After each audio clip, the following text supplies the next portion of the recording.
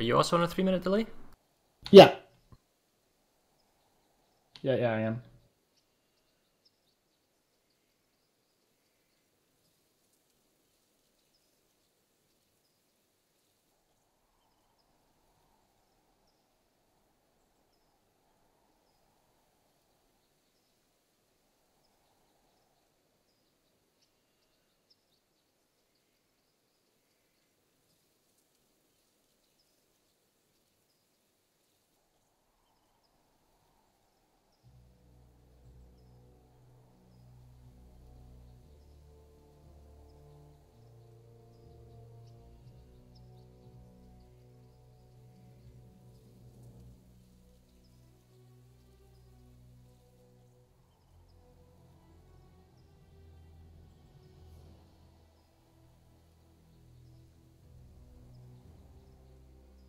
Why can't I go forward? Oh, I know, because I've reduced the speed. Bingo! There we are. Right, need to manipulate the audio ever so slightly, just to make sure we have combat, but we're not drowned out.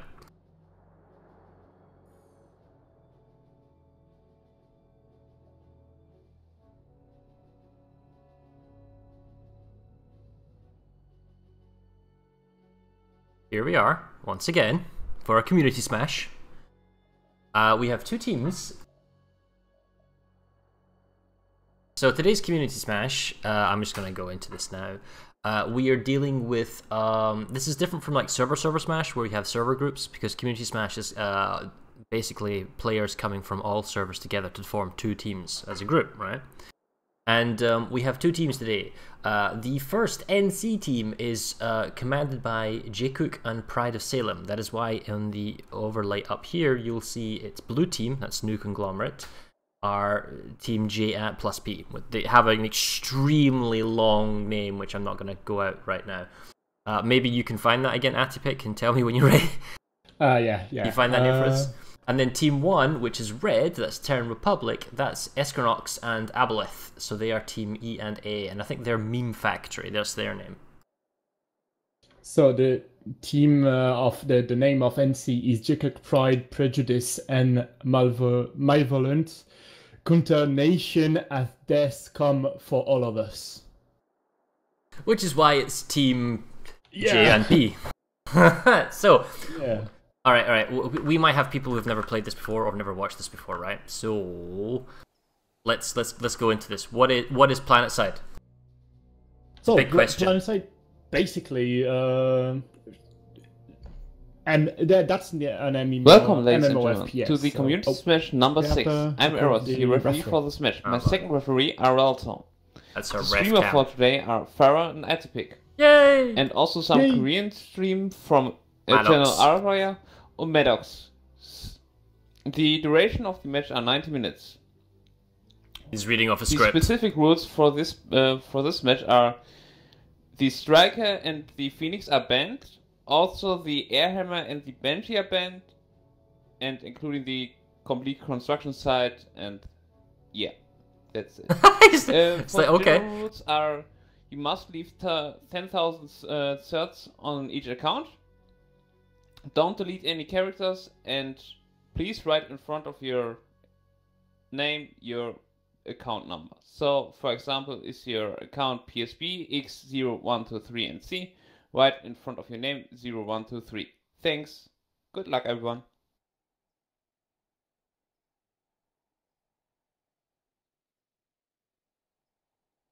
So what were we talking about? I'm trying to help. What was the question? Yeah, I'm trying to help Corliss in a second. Where is it in the YouTube live dashboard that I get the web link that you had so I can give that to Corliss? I just go on my YouTube page, and then I have the basically like you've been watching a video instead, and you share the video onto Corelius. So that's. I figure that's not clear what I'm saying. Not in the slightest. So, yeah. So you go onto your on the nav bar. You go to your Ah, come on. I don't have the word in English. Doesn't matter, forget about it. On your channel. So you go on your channel and you should have the video, for example, whatever title. For me, it's CS6 cast atypic POV. Actually, I'll figure it. Don't worry about it. Why don't you just tell us about Planetside, because this game's going to start in about 8 minutes. Give us a rundown of the type of the game, what it is, what can you expect, combined arms, that type of stuff, and then I'll go into the combat of this after that, alright? Yeah, so Planetside basically an MMO FPS, so you can expect a lot of players on whatever basis. And in terms of, we fight on continents. We have 4 continents: Indar, Izamir, Amerish, and Osin. Today we'll be fighting on Amerish, if I'm not mistaken. And in Planetside you have 3 factions fighting: VS, TR, and NC. So VS, Violent Sovereignty; TR, Terran Republic; and NC, New Conglomerates. And those factions fight for bases, and which is what we're looking at right now. Bases are split into small, medium, and large. Small bases have a single capture point, so I'm going to go to Raxcom Substation and show you. So a base has a capture point, which is highlighted by this kind of singular number letter. You go there, you go next to it, it will start capping when you're next to it. The base will start a timer, and once the timer expires, the base flips for you. You can only attack a base that's linked by a lattice link. That's what these lines are. You can only attack bases that are currently live, so yellowish. You can't attack ones that are solid color from behind. You have to work your way through a logical progression. Medium bases like Split Peak Pass, they have multiple capture points. You need to own more than half for the timer to start ticking. The more capture points you have, the faster the base flips. Large outposts, or bases as they were, such as Macalla Tech Plant, these only have a single capture point, but in some instances sometimes they have more, but they take a lot longer to capture, and they're usually much harder to grab. So, that was a little crash course. In this particular scenario, this is different from live servers in that we have somewhere in the region of 200 plus per teams. Is that right, Atipik? Yes, that's not the most player we had in community match, but we are facing actually some struggle, having some player being disconnecting on Planetside. But yeah, I think that's more than 250 yes, according players. to the over 250, which is quite a substantial number. So we've got roughly 500 people taking part today, and we'll have a command structure, teams, and squads. And as we look at the map, we can see the layout of said map. And we can tell that the neutral bases, those are the purple ones. And the live bases are the teams, north and south. And we're playing for territory control at the moment. And what has me interested is why under territory control is it 44 to 46? Why does NC have an advantage? Maybe because West, either Desert Mineshaft shouldn't be captured, or West Foot Hill. On the match starts in 5 minutes. The match starts in 5 minutes. Yes, maybe that's. And also. Oh, to be fair, then. Also banned are. That's because of Cobalt Geological Outpost, the new base, which is that kind of base, which only being with a point capturable by vehicle between West Pass Watchtower and Cobalt Communication. So that might be the reason why we have an extra base in here. And we don't really have that kind of base on TR side. Ah, never mind. It's not competitive anymore. Right? Yes. So regardless, the point is we're playing for territory control. We're playing for 90 minutes. Yeah. There were certain rules that the referee mentioned before that we're not using certain vehicles or certain elements or certain stuff. So it's all teams have to agree to that in advance. And what will happen is that neutral bases can be captured by either faction, and they can be captured at the last second. So for example, if a base takes 4 minutes to capture, and you are Team Red and you're capturing down to the last 1 second, and then Team Blue turns up and takes over the capture point, they will then take it in 1 second. So you'll probably see the game plan where teams will focus on the small bases for quick caps to grab them at the last moment, and then we'll go for the larger bases last. And then you'll also have regions of responsibility where different... How should I say, there'll be the force commander who's in charge of everything, then you'll have the platoon leaders. Platoon leaders are usually responsible for a lane, and they'll have forces assigned to them, and then Depending how serious it is and how organized it is, you'll have teams kind of doing inter-lane adjacency. Or if we've reverted back to old tactics and old scenarios, you'll probably have people responsible per lane, and then what's known as a quick reaction force, which isn't the most efficient way of going things, but it's easy. So yeah, it's true that we had like kind of meta things in Server Smash as well as Community Smash, but more so in Server Smash because we got to see teams that know each other against teams that know each other as well. So yeah, you're speaking about it, having dedicated forces pushing a lane and have small dedicated forces doing the quick reaction about force. 5 minutes, so we start 5 minutes later. okay, 5 minutes. So we have more time to talk. Great. Yeah, so I was talking, and now it seems that the meta during Community Smash, we don't really do Server Smash anymore, but for Community Smash, we tend to have a lot of quick reaction forces, being able to move all the way around the map and not dedicated forces to push a lane. Is that correct? Really? Well, so... like, it's hard if you've never played this game to understand what we're kind of getting at here, but unlike live production server, where there are 3 teams, you're always outnumbered. If you're making progress, you typically find yourself fighting 2 versus 1. In this game mode, we are playing on what is known as Jaeger server. That is an isolated server from the main client. You need specialized accounts to get on them. Yeah. Currently it's 284 versus 307. Disconnects, it was supposed to be 350, 350. So anyway, but the point is, back on topic here, right? This is an isolated server, still using the main production client, and people can log in here as normal, but they need special accounts, and that's what are known as Planetside Battles accounts. They were the original forerunners, and they distribute the accounts 1 per player. There's a system involved, and anyway, that means you can get on this, and there's no outside interference, and then there's no live interference, and this is how we play, right? And because it's one team versus another team, and the numbers, at least in a fair fight, when it's organized, are even. That's the intention. It's 250 versus 250. It's 344 versus 344. At least it's kind of numbers.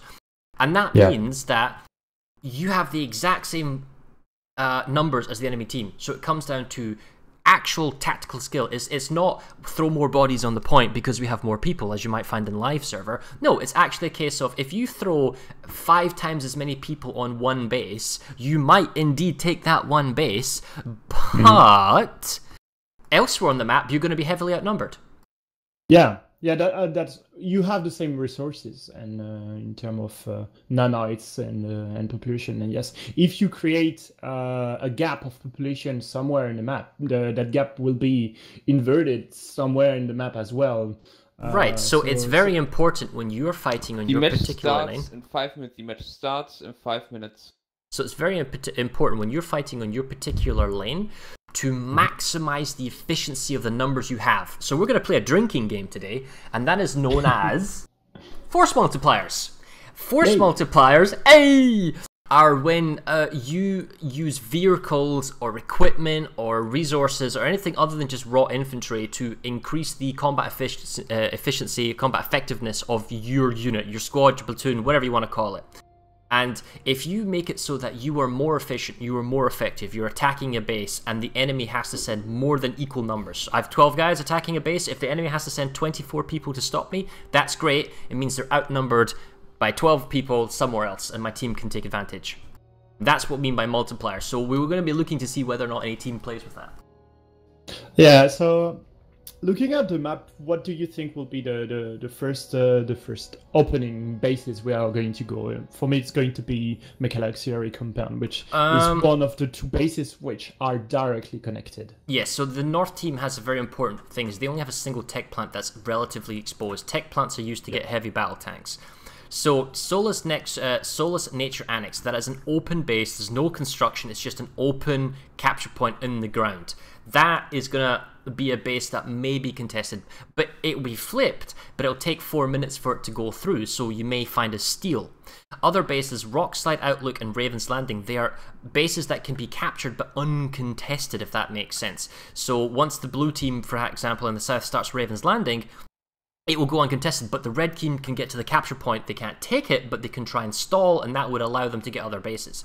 Bastion will be one of the last bases. Ascent will be one of the last bases. Split Peak Pass might get people immediately, but it'll be one of the last bases. There'll be heavy fighting immediately at McCall Auxiliary Compound and Araxicum Substation because it's an immediate combat line. Soul Nexus Annex, Nature Annex will be a heavy fighting point, and then there will be this way off to the west fight that's going on at Soltech Charging Station from Deserted Mineshaft. That's also an active point, but that's really far away for teams and reinforcements to go, so that's usually a private fight between two groups.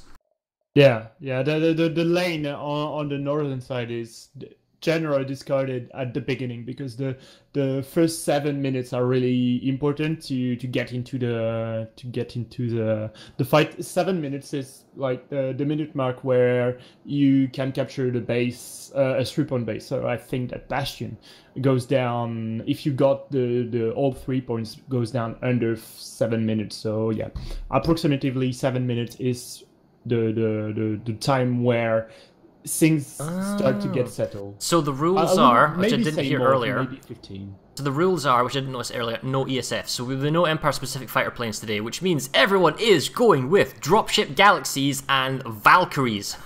So this will be there was a note. I think that there was a note that maybe some ESF were allowed. So few numbers of the SF were allowed 2 minutes because they have 2 minutes. A smaller air force on each side, I think, but so, no air to ground noses. One thing I want to mention about resources in this game is that there is a thing known as nanites. That's this blue resource I'm showing on my map. And nanites are something that you use to purchase consumables such as grenades, stim packs, that type of stuff on your character. They're used to purchase vehicles, and different vehicles have different costs, ranging from the cheapest at 50 to 250, 200 I think on the Sunder, unless it's changed, and 450 on the Prowler, big heavy kind of vehicles. And then they're also used for maxes. They cost, what, how much are maxes these days? 450. Wow, okay, so there you go. So maxes are like big, heavy, nerf me please infantry.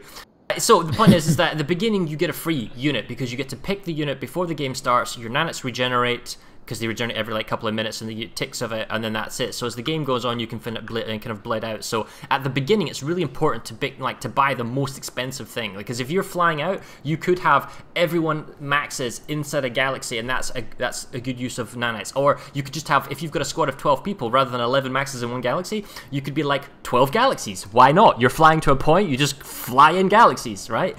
It's multipliers. Yeah, there was a story, I think it was for Community Smash 4, which I was SLing that day, and there was a story that they got a lot of galaxies at the beginning of the game, and you have a tunnel between Easthill Checkpoint and Split Peak Pass, and they just threw all the galaxies inside the tunnels to block any Thunderers coming from Easthill Checkpoint.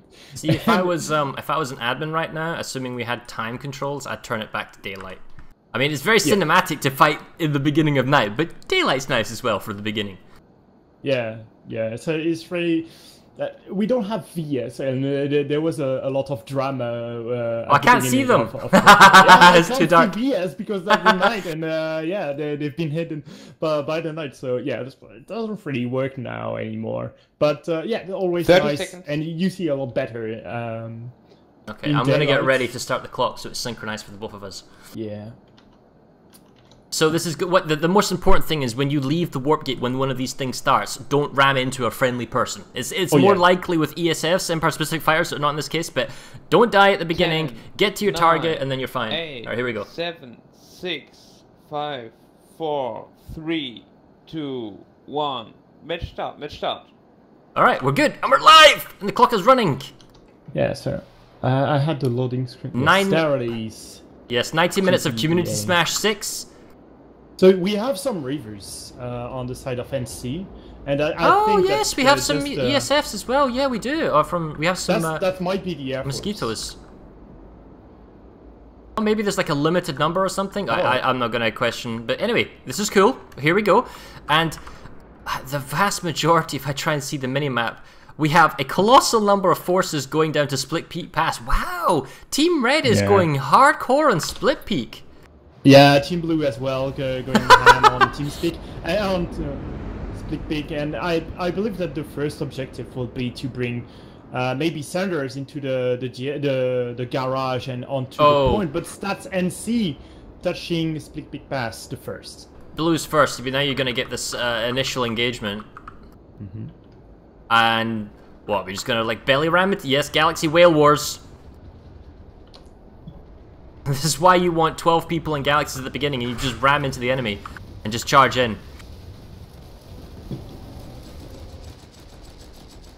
Always beautiful. That's those kind of scenes.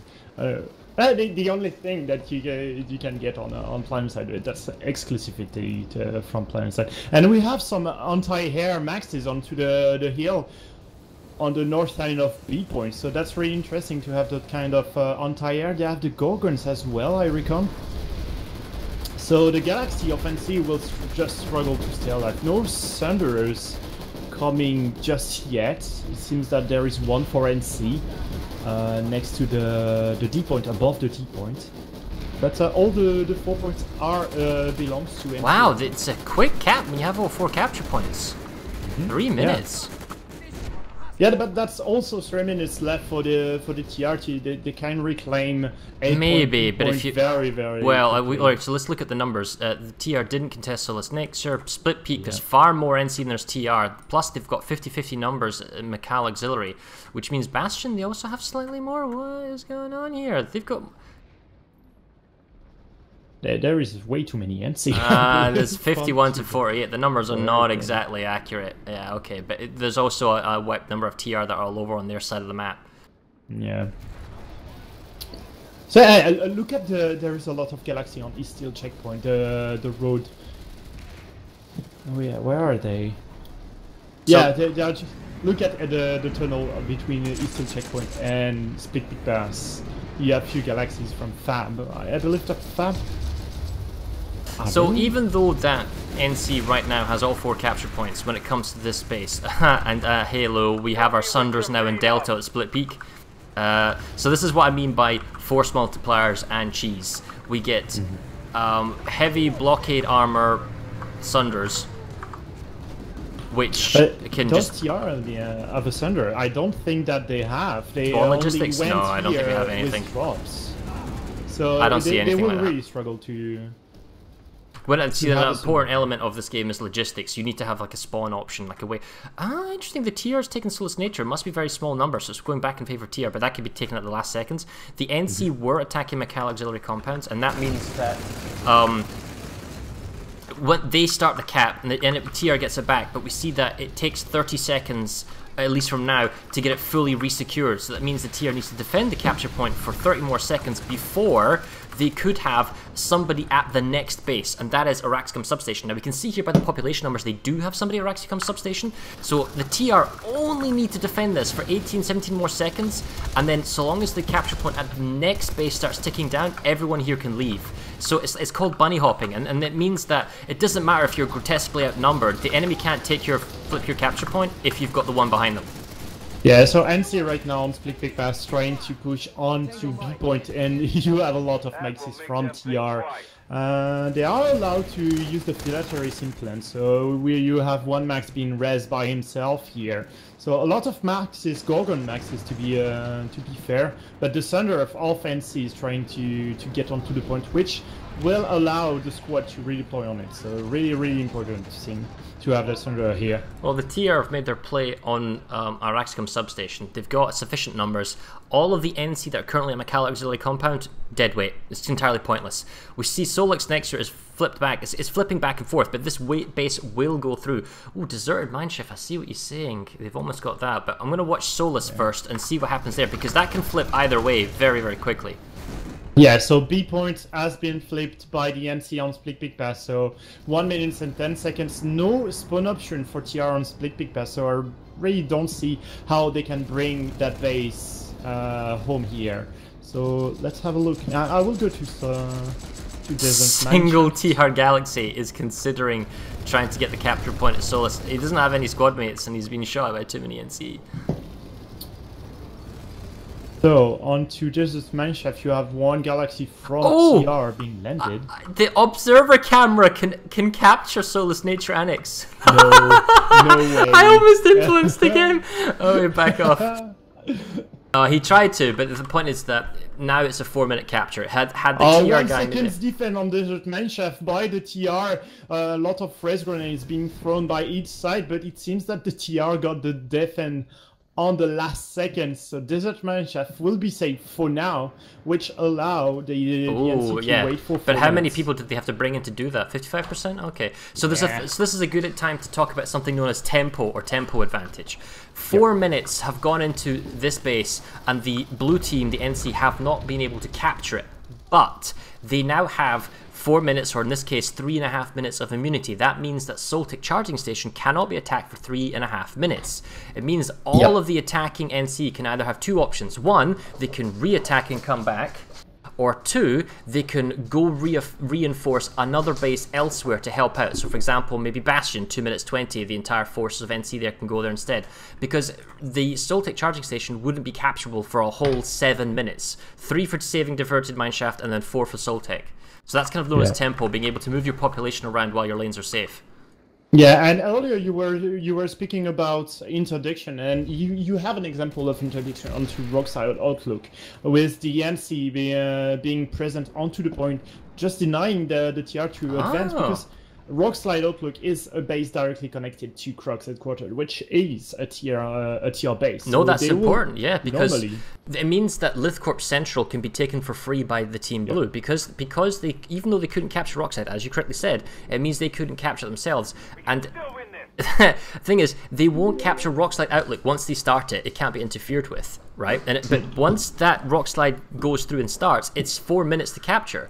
Lithcorp's going to go in 2 minutes, and the TR can't do anything about it. And then it gets even more interesting, because Lithcorp will capture first, so when the TR try and flip Rockslide, the NC can actually come in and steal it, because it's a neutral base at the last moment. Yeah. Yes. Exactly. So it's a big interdiction by the NC onto Rockslide Outlook. Looking at the population of Oraxicom substation, that's a 50-50 fight here, but a lot of maxes force multiplier around the point by the TR. So I really don't see how the NC can just defend the base. Oh, but it seems that some maxes are trying to push onto the point, but they are all alone, and maxes cannot capture points.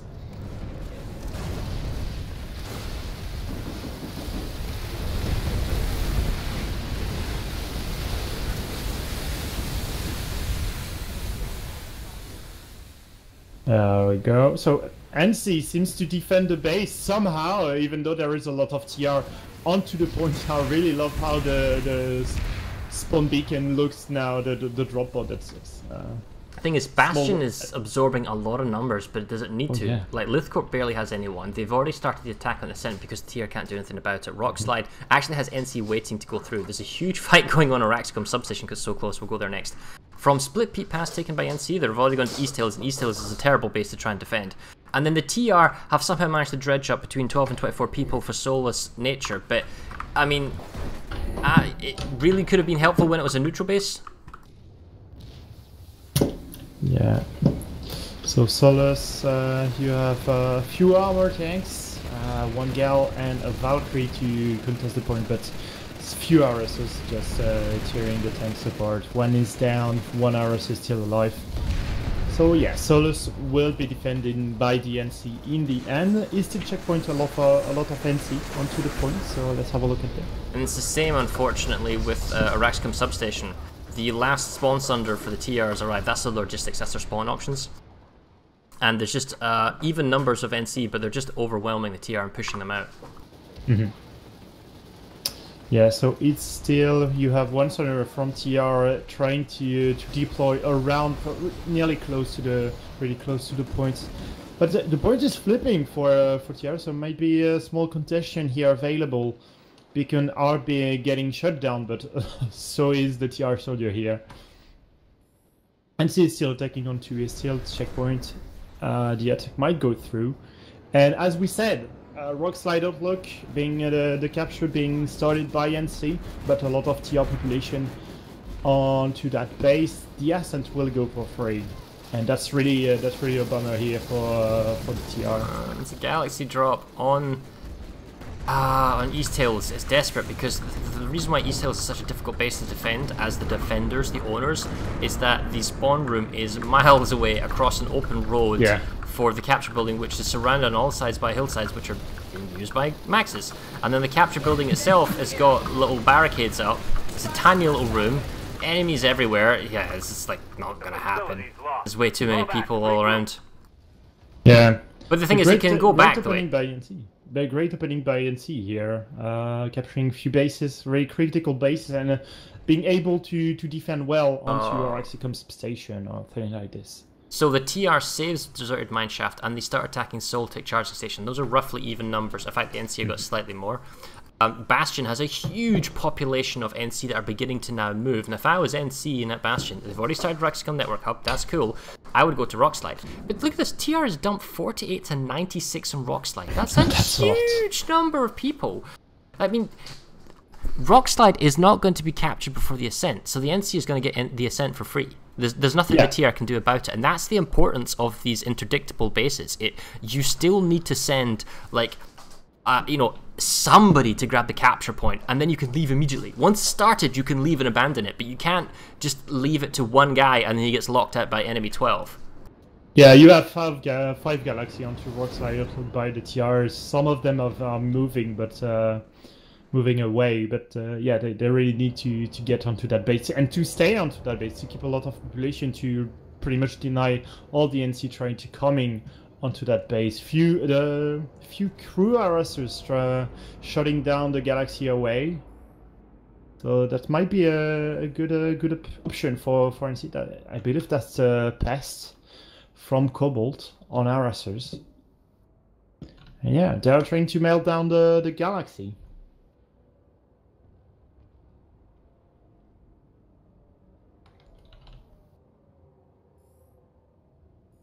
And the NC have already pushed onto Anatha. So the thing about East Hills Checkpoint is that it's actually really, really easy for you to take it back.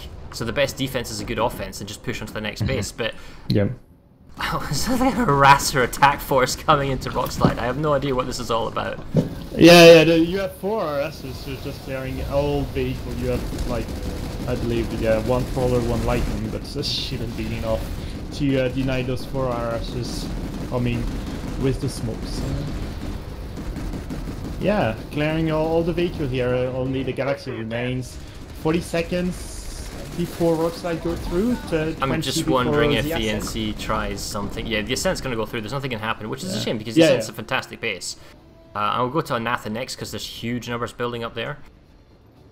Yeah, I will stay to Rockslide because in 40 seconds we might have a move from NC from the Ascent to Rockslide, maybe to steal the base at the last second. I don't think they'll steal it, but they may try and pressure it next time. We have 1 Galaxy heading to Rockslide by the NC. That might be a suicidal move. It will be ram. It will be ram. Yes, there is. Big ram by the TR. Another Galaxy coming in. No one's actually defending the point. Rockslide. There is no one onto the point. NC will come just for free. Hey, look, here it comes. Seconds. Oh my god. I say there's not actually anyone on the point. When it gets to this close, you need to collapse on the point and take it. They're going to steal it on 3 seconds. Yeah, on 3 seconds. Oh my god!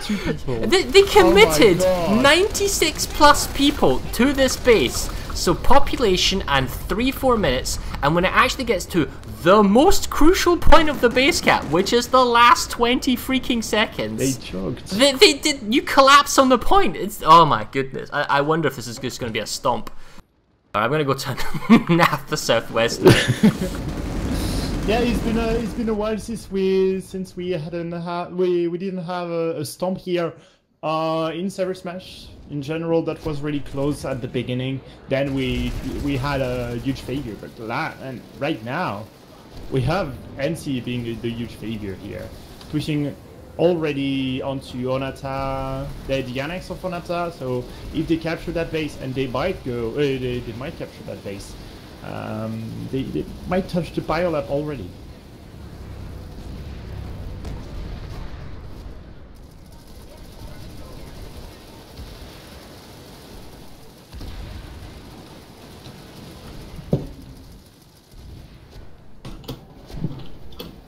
Yeah. Oh, and just update from Coreless. The numbers are New Conglomerate have 318 players. The Terran Republic, that's red, Terran Republic, has 306. So it's close enough. Yeah, it's pretty close.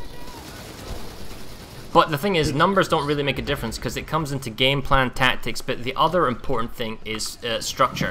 If the force commander tells you, the platoon leader, hey, I need you to attack this base, or hey, I need you to go help out here, how quickly can you make that happen? And if I was to say, go attack Anatha Southwest Gate, how well can you attack that base? Yeah, it's really, in terms of server smash, in general, the more number you have, the less the individual skill matters. It's more like into the strategy. Which is why strategy plays a part, but so does force multiplier. It doesn't matter if you're a bad aim, if you have a giant tank with a gun on the capture point that can just shoot people. Yeah, exactly. So it's very different from the screens, even the lane smash or thing like it. Or thing like this, service smash really, and community smash are really different. So there goes Anatha Southwest Gate. Now the next real thing is the biolab. Biolabs are notoriously difficult to capture. That is the linchpin of the defense for the Terran Republic on this flank right now. See, Makala Auxiliary Compound, the fight has gone back to Makala, so that's the next base that's going to happen. The NC taking Bastion, Tiers trying to re-harass that. The NC, having taken Rockslide, are now pressuring Crux. Crux is actually the most important base of this whole fight for the red team, because if they lose Crux, that's their last large outpost. They will be pushed by single bases back to the warp gate, and then they can be cut off, and that just basically ends the smash dead. So NC already pushing into the biolab with maxes, and yeah, TR tried to set up a small defense here above the big stairs, but he can't really do anything against two maxes with MG behind. So yeah, I really see the defense falling here. B point already captured, A point is being crushed. The thing about biolabs is it takes a little bit, it's harder to get in, and then to take it all, because of the nature of the 3 capture points, is quite tricky because the defending team just kind of goes in a round robin smashing machine. What you want to do is, and we're showing here on screen, this is known as the spawn generator shields. So you see how it's triggered, it takes 2 minutes to go through. When that blows up, then these shields will go down. Only the red team can currently pass through here. Then you can trigger the spawn generator, and then once you start that, that will prevent the defending team from spawning in the spawn room. That allows you then to take the base. So that's the kind of the game plan right now of the NC. Yeah, but the thing is that the NC are already have the 3 point, and they are moving on to the spawn room. So it's really quicker to have all 3 points and get the spawn lock onto a biolab compared to the strategy get the generator, then get the SCU. In terms of minutes, you are around 3 minutes and 30 seconds to down the SCU and the generator. Then there is no option for the TR to left, so you can do all as well at the same time. But well, the way you take a biolab is you contain the spawn room, and that's what NC's doing right now. Yeah. They are basically containing the spawn room in a kind of wide C arc. Makes it very difficult for the defenders to get out and push a capture point. And more importantly, look at the jungle, the swamp next to the big tree. That's just a butchery. Oh, explosives and everything. I don't know how the TR can get out of here. Plus, there may be a latency thing element as well. When you've got so many people in one little area, it gets pretty laggy. And what do you do? How do you push? Because the problem is just the base will actually go through before the SU can go down. They need to get out, and this is the issue here. Pushing from the spawn room is usually the worst thing you can do. Usually what you want to do is push from a flank or get rid of the spawn logistics or something like that. I mean, there's so many vehicles outside belong to the TR, but they're not actually that helpful. Yeah, vehicle in Biolab doesn't really play a big role. Or what you can have is one vehicle sitting around a landing pad or something like this. But the way you want to push is either by doing a big max crash, which is a solution chosen by the TR. But it's expensive. You can push by, yes, that's really expensive. Or you can push by the other annex, by the jump pad, or by the teleporter. And right now, the big push by the TR is currently being annihilated by the NC. So well, they've got two problems. Invested. They need to not only stall the cap by getting a capture point, the spawn generator itself has been charged, and that's only in a 1 minute timer. So in 40 seconds, they'll be unable to spawn. in the spawn room, and then the shields in the spawn room go down as well. Now what they need is a fallback sunder in the vehicle bay underneath the base that lets them teleport back up, but that doesn't solve the problem, because then all you do is shoot the teleporter pad. So I mean, this base is going to go down very quickly. Yeah, we all know that's a problem. And the So thing we is, don't have a it's Sandra even here. numbers. The numbers are actually somewhat even. It's 50-50, but there's just a few TR outside in vehicles, maybe not in the inside. Maybe the efficiency of the teams aren't super balanced. So like, and the TR is like taking pop away from Macal Auxiliary Compound to help defend Crux headquarters, which is the correct call to make. It's just they're hurting elsewhere. All their bases are on fire across their whole front. Yes. The NC discarding Soltec charging or and doing pretty much the northern leg because they are pushing on West Foothill, as you said. And yeah, they're basically yes. It's too late for NC reinforcements, and so now, and the other problem area is that this darker red is cut off lanes. Your bases count as territory when they progress back to the eastern warp gate, and when you're cut off, it means they don't count. So don't look at the top left up here where we have the name, the scores. The map API is not working, so it's not reporting the scores. If we look over here, we see the territory control is actually 58% to NC and 37% to TR, and that's because they've lost territory and they've lost a bunch of bases. Yeah, Nathan Northgate has been captured early by one of the assaults, but he has met the one squad of TR, of Angry TR. Here, so Onata Northgate has been secured, so maybe that's the chance for the TR to just settle the defense a little bit, just organize or thing like this, contest points onto the bioland. Airwise, it looks like the NC has complete control. Like the reason why, for example, Crux headquarters is a very difficult base to take is that it has 3 capture points. They're well spread out, A, B, and C, around the base from the spawn area. The defenders have the natural advantage of having the spawn room and the air spawn, an air spawn and a ground spawn for vehicles. But still, we see the NC flying with almost impunity, the attackers over the base, controlling the air, controlling the spawn, killing off vehicles that come out of the V-pad, and then locking down, well, at least half of the base. Yeah. Yeah, Crux headquarters, all NC here on the sky. The NC doesn't have the B point yet, so... but that's just a matter of seconds when you have so many spawn option into the sky here. Numbers have gone up to 96 plus for both teams. I mean, this is... I mean, the NC can smell blood in the water, because if Crux headquarters is taken, it opens up the lane to Tungsten Mine, Amrish ARX reserve, and then you flank out to the side, and then you cut off the warp gate, and that's a straight up victory because you cut off all the territory and it's game over. And and all the other bases are much easier to take. The hardest base to take and the easiest to defend is the one we're looking at right now, which is Crux headquarters, which is why it's so important to defend. But there's another thing to it. By making this a population soak, forcing the enemy to commit so many resources and commitments to defend this base, they are leaving themselves exposed elsewhere on the map as well. Yeah, so that's the double-edged sword of putting a lot of resources on defending Crux headquarters, because you either defend, but you are vulnerable on the rest of the map, or you don't defend, and after the capture you are vulnerable at the warp gate. So yes, that's a tricky choice to make. And if we're looking at multipliers, right? I mean, but if we're looking at multipliers, look, the NC has a Lightning, which is a smaller tank. They have a Vanguard, which is the larger tank. Watching the vehicle pads, which is almost a death trap. We've got aircraft in the air, basically ground pounding anything that moves, and they've got an elevated high position. And what do the defenders have? Well, they're going to run with infantry. That's never going to work in even numbers. Nope. No, even at disadvantage, it's not going to work, because you said it. The force multiplier of having cast Valkyrie just above just count as 12 man, because one Valkyrie can basically kill 12 man on the field. So in terms of units, you have the same numbers on the base, but not in terms of they take power. it. Well, the thing is, this is a community smash. Oh, I'm better ranked 19.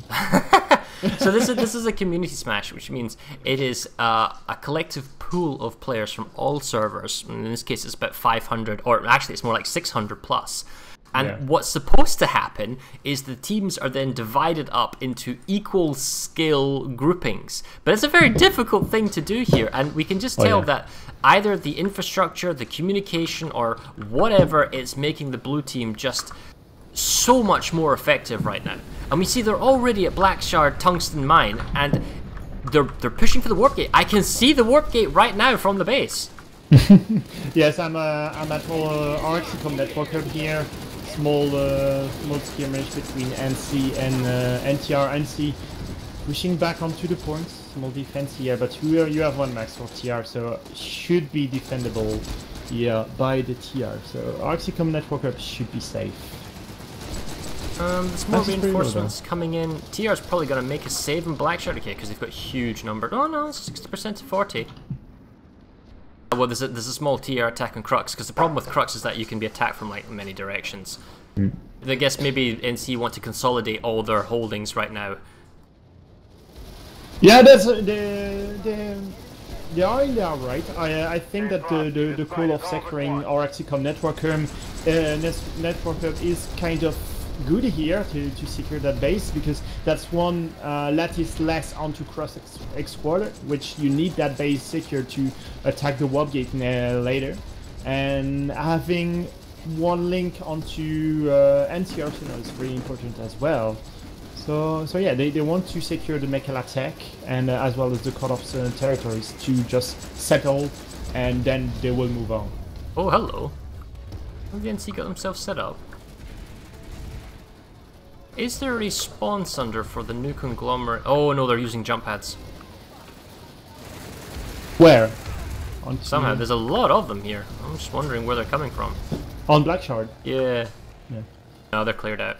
The brass is impressed. Good work. But while this has been going on, because Crux was taken, it means that the tech plant was cut off. And when a base is cut off, it means you can't redeploy then spawn in the spawn room. Which kind of gives the attackers an immense advantage, because then if you also then control the air, the defenders have to fly in or drive in or something, which is like nigh impossible to stop if the enemy's got the air control. See that while this is all going on, and Crux headquarters is kind of going back and forth, it's in the hands of NC, Arxicom Network Hub is ticking down, we see Deserted Mineshaft is kind of being contested, Saltic Gorge has been saved, Anatha Northgate is a huge fight, although the TR's pulled out. It's probably because Crux Mining is a much easier to defend base. Oh yeah. Go to Arxicom Network. So on Network Hub, we had small defense here by the TR, but all the NC retreat back onto the point. And having 1 minute less onto the timer, you need to defend on the corridor, and all the NC are onto that corridor. I really love to attack that base onto life, because you tend to overextend onto the point, which is kind of when you have a lot of numbers, you can do it. But you tend to defend by the corridors and let the enemy enter the room. 50-50. There's very few multipliers in terms of vehicles, aircraft. It's just a straight up infantry grind. Yeah, that's straight up infantry fight here. But you imagine you have a Casbout from NC onto the outside. They can basically just farm the TR as they are advancing onto the bridges. But TR is just getting melted down as they enter the point. Few res grenade will allow some soldier to being revived. Well, big zombie wave here for the TR, but yeah, they're all being fired at already. It's just not enough. There's not that. That's not that oomph. And the NC have collapsed on the point, which is what you should do, and boom, they get it. The facility's lost. It's true that you don't have that big push of TR coming onto the point. Even though they died, you have the res grenade, and they tends to advance. Being res, you make 1 meter or 2 after being res, then kill again, then res again, then you advance again. So there wasn't that kind of move for TR. What's going on right now is that the TR, the red team, is doing a lot of attempted harass attacks. So they're trying to go from auxiliary compound. They're trying to do. They were doing East Shore a little bit. They're now holding Crux Mining. 1 hour remaining. 1 hour. And we can see that Soltic Charging has been harassed and taken down. Deserted Mineshaft has been saved by the TR because they have a large force at 4896. My goodness, really? And then they've got some TR waiting at West Hill's foot dock, but they need to wait 20 seconds before Deserted Mineshaft goes on. But these aren't really that important. The fact is the NC could afford to sacrifice all of these if they really wanted to really drive home the push towards the TR's warp gate. And they're opening up a second front here. Now, I'm surprised that the TR is actually going for a Crux mining operation, which we're going to zoom over to now, because this is another large 3-point base that's very difficult to go through, especially since they've taken Crux. But if they do get it, it opens up 2 options for them to get to the TR warp gate.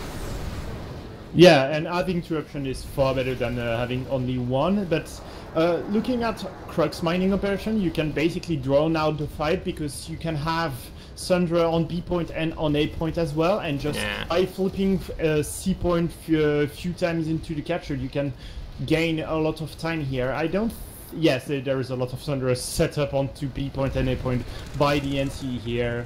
This is what we mean by cheese or force multipliers. We have a capture point, and we have vehicles inside. So one person can be inside a vehicle, have 2 different guns for different scenarios, and then the vehicle itself, which is cheap, which is only 200 nanites, can perform multiple roles: proxy repair, ammunition, resupply, squad spawning. All of that can happen for a small amount of nanites.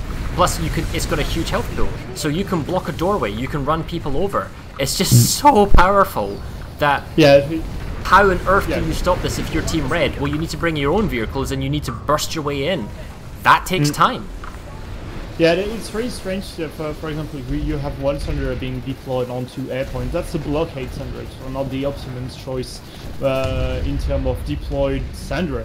But you need to keep that Sundra alive until it's deployed. TR are moving their way onto B point, at least the roof of B point. They will go down, then try to push. Well, they have the Air Force, they have air control, but that's the thing. Air control doesn't matter on the B and A points for the attacking team, provided they have enough Sunders that gives them spawn options, because they don't need Sunders on the outside, because you can squad spawn, you can also deploy Sunders. And then the C point is what delays this base out, that makes it like a plus 9-minute capture, because the spawn room is so close that you can hop up on the rocks and you got the high ground advantage, so the defenders hold C, and that's why, especially with air control, the attackers won't get it. But I don't see how... It will be really difficult for NC to touch the C point. There is a mediball here healing everyone. So yeah, they will have to capture that base by having at least maybe a big drop on C points. But having those 2 points, A and B, it will last for a very long time. 8 minutes is very, very long in Planetside to happen. Well, see, now the NC have, they finally locked out Crux headquarters. They don't have to have any population there and play whack-a-mole in the cap points. They've got Macalla cart mining ticking. They've got Black Shard tungsten mine ticking. I honestly would send all my NC forces there just to make sure that goes through. It's a huge 96 plus in Crux mining, and to be honest, maybe that's a good thing. If you make Crux mining the population sink, which will suffer the greatest frame rate drops, the greatest latency, the greatest amount of just bad computer performance, it means that a highly cracked squad of players, or just anyone really, can go to tungsten mine. And if you only have to fight 48 versus 48, it makes it where player skill becomes more of an element rather than it's just massive amounts of DACA in a window.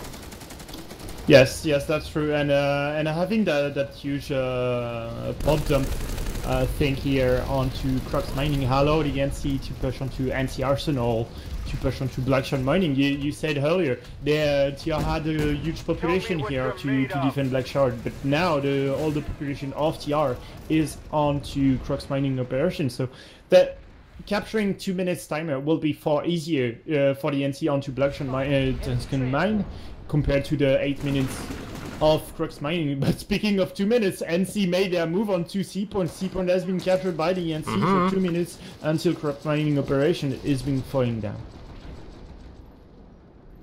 The population isn't changing, so they're fighting it out, but the air control is now in favor of NC. NC has air control of Black Shard tungsten mine. Oh yeah.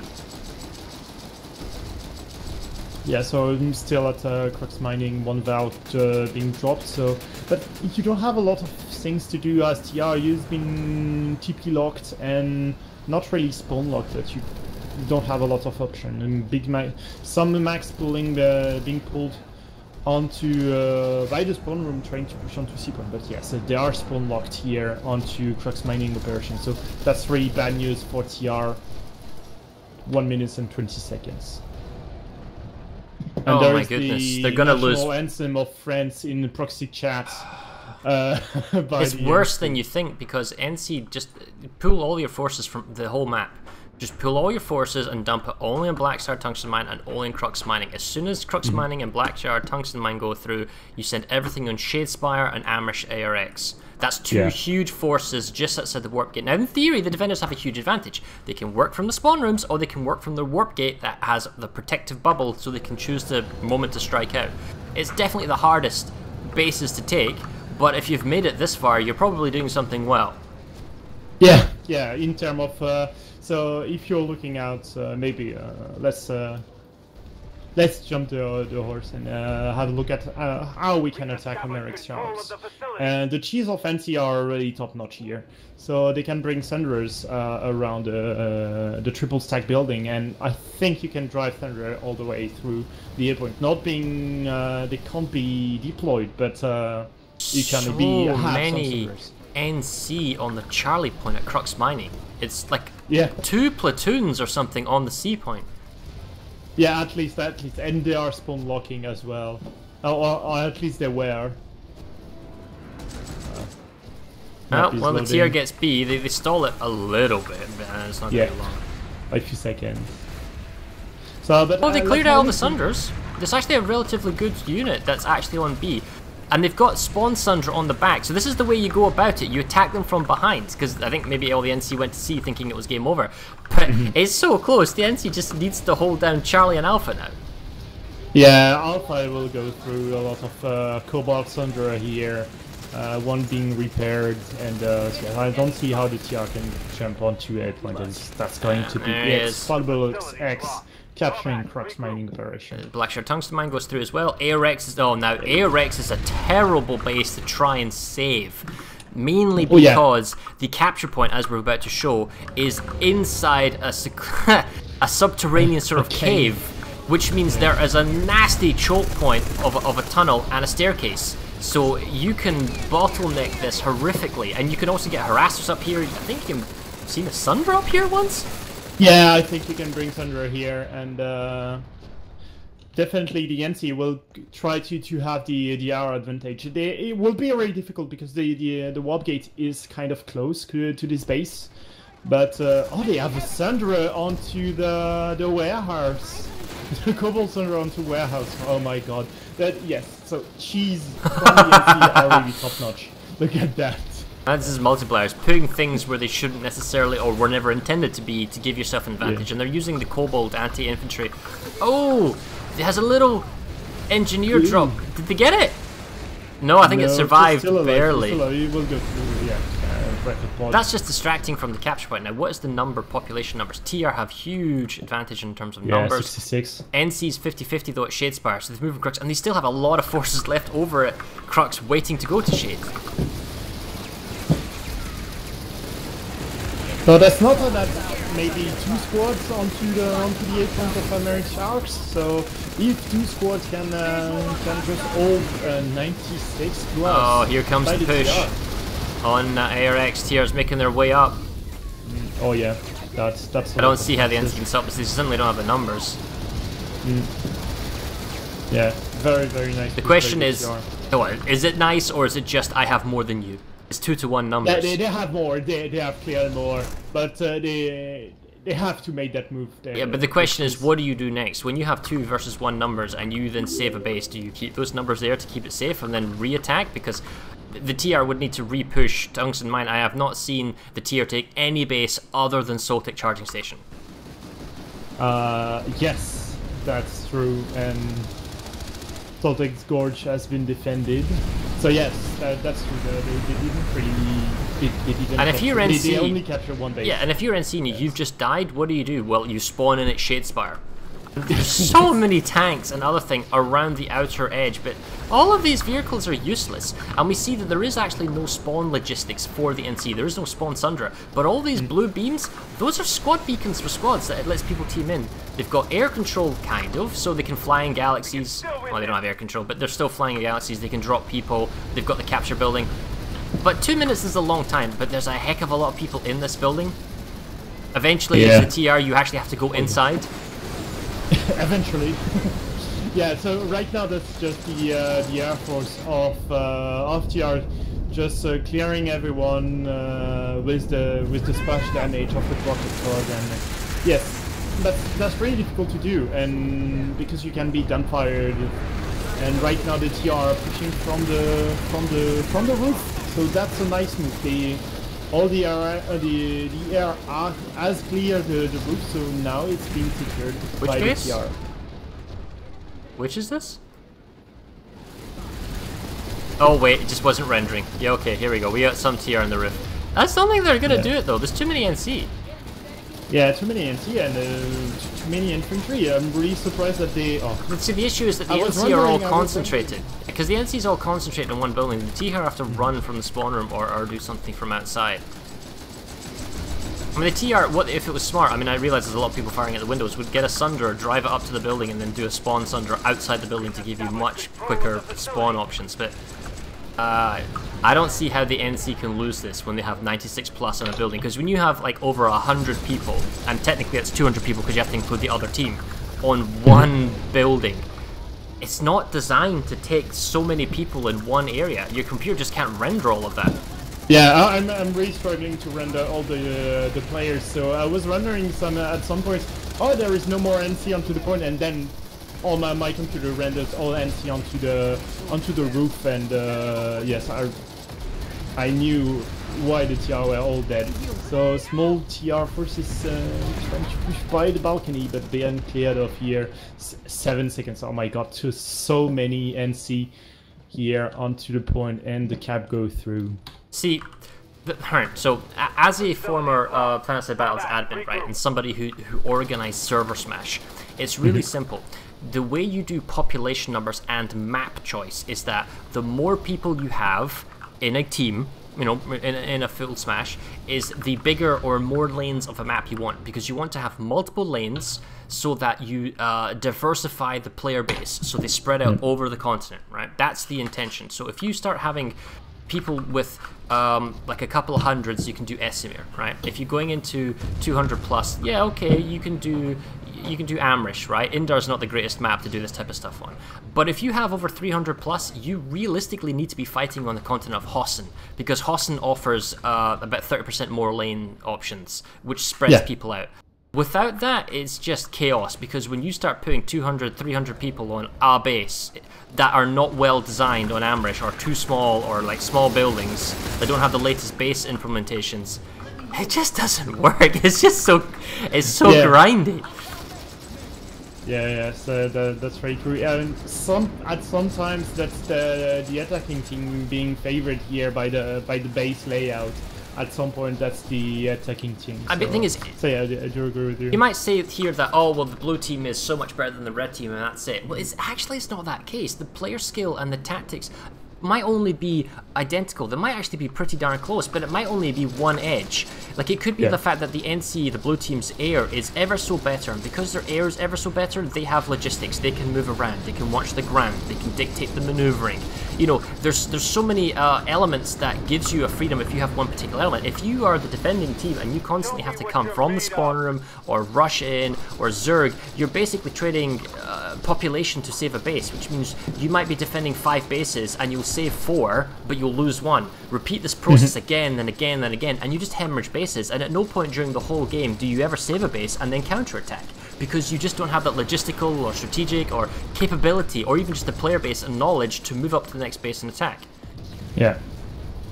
Yes, and having the map being not well designed for those kind of engagement, because all the map has been, at least maybe all the map have been designed for a fight between 3 factions, not 2.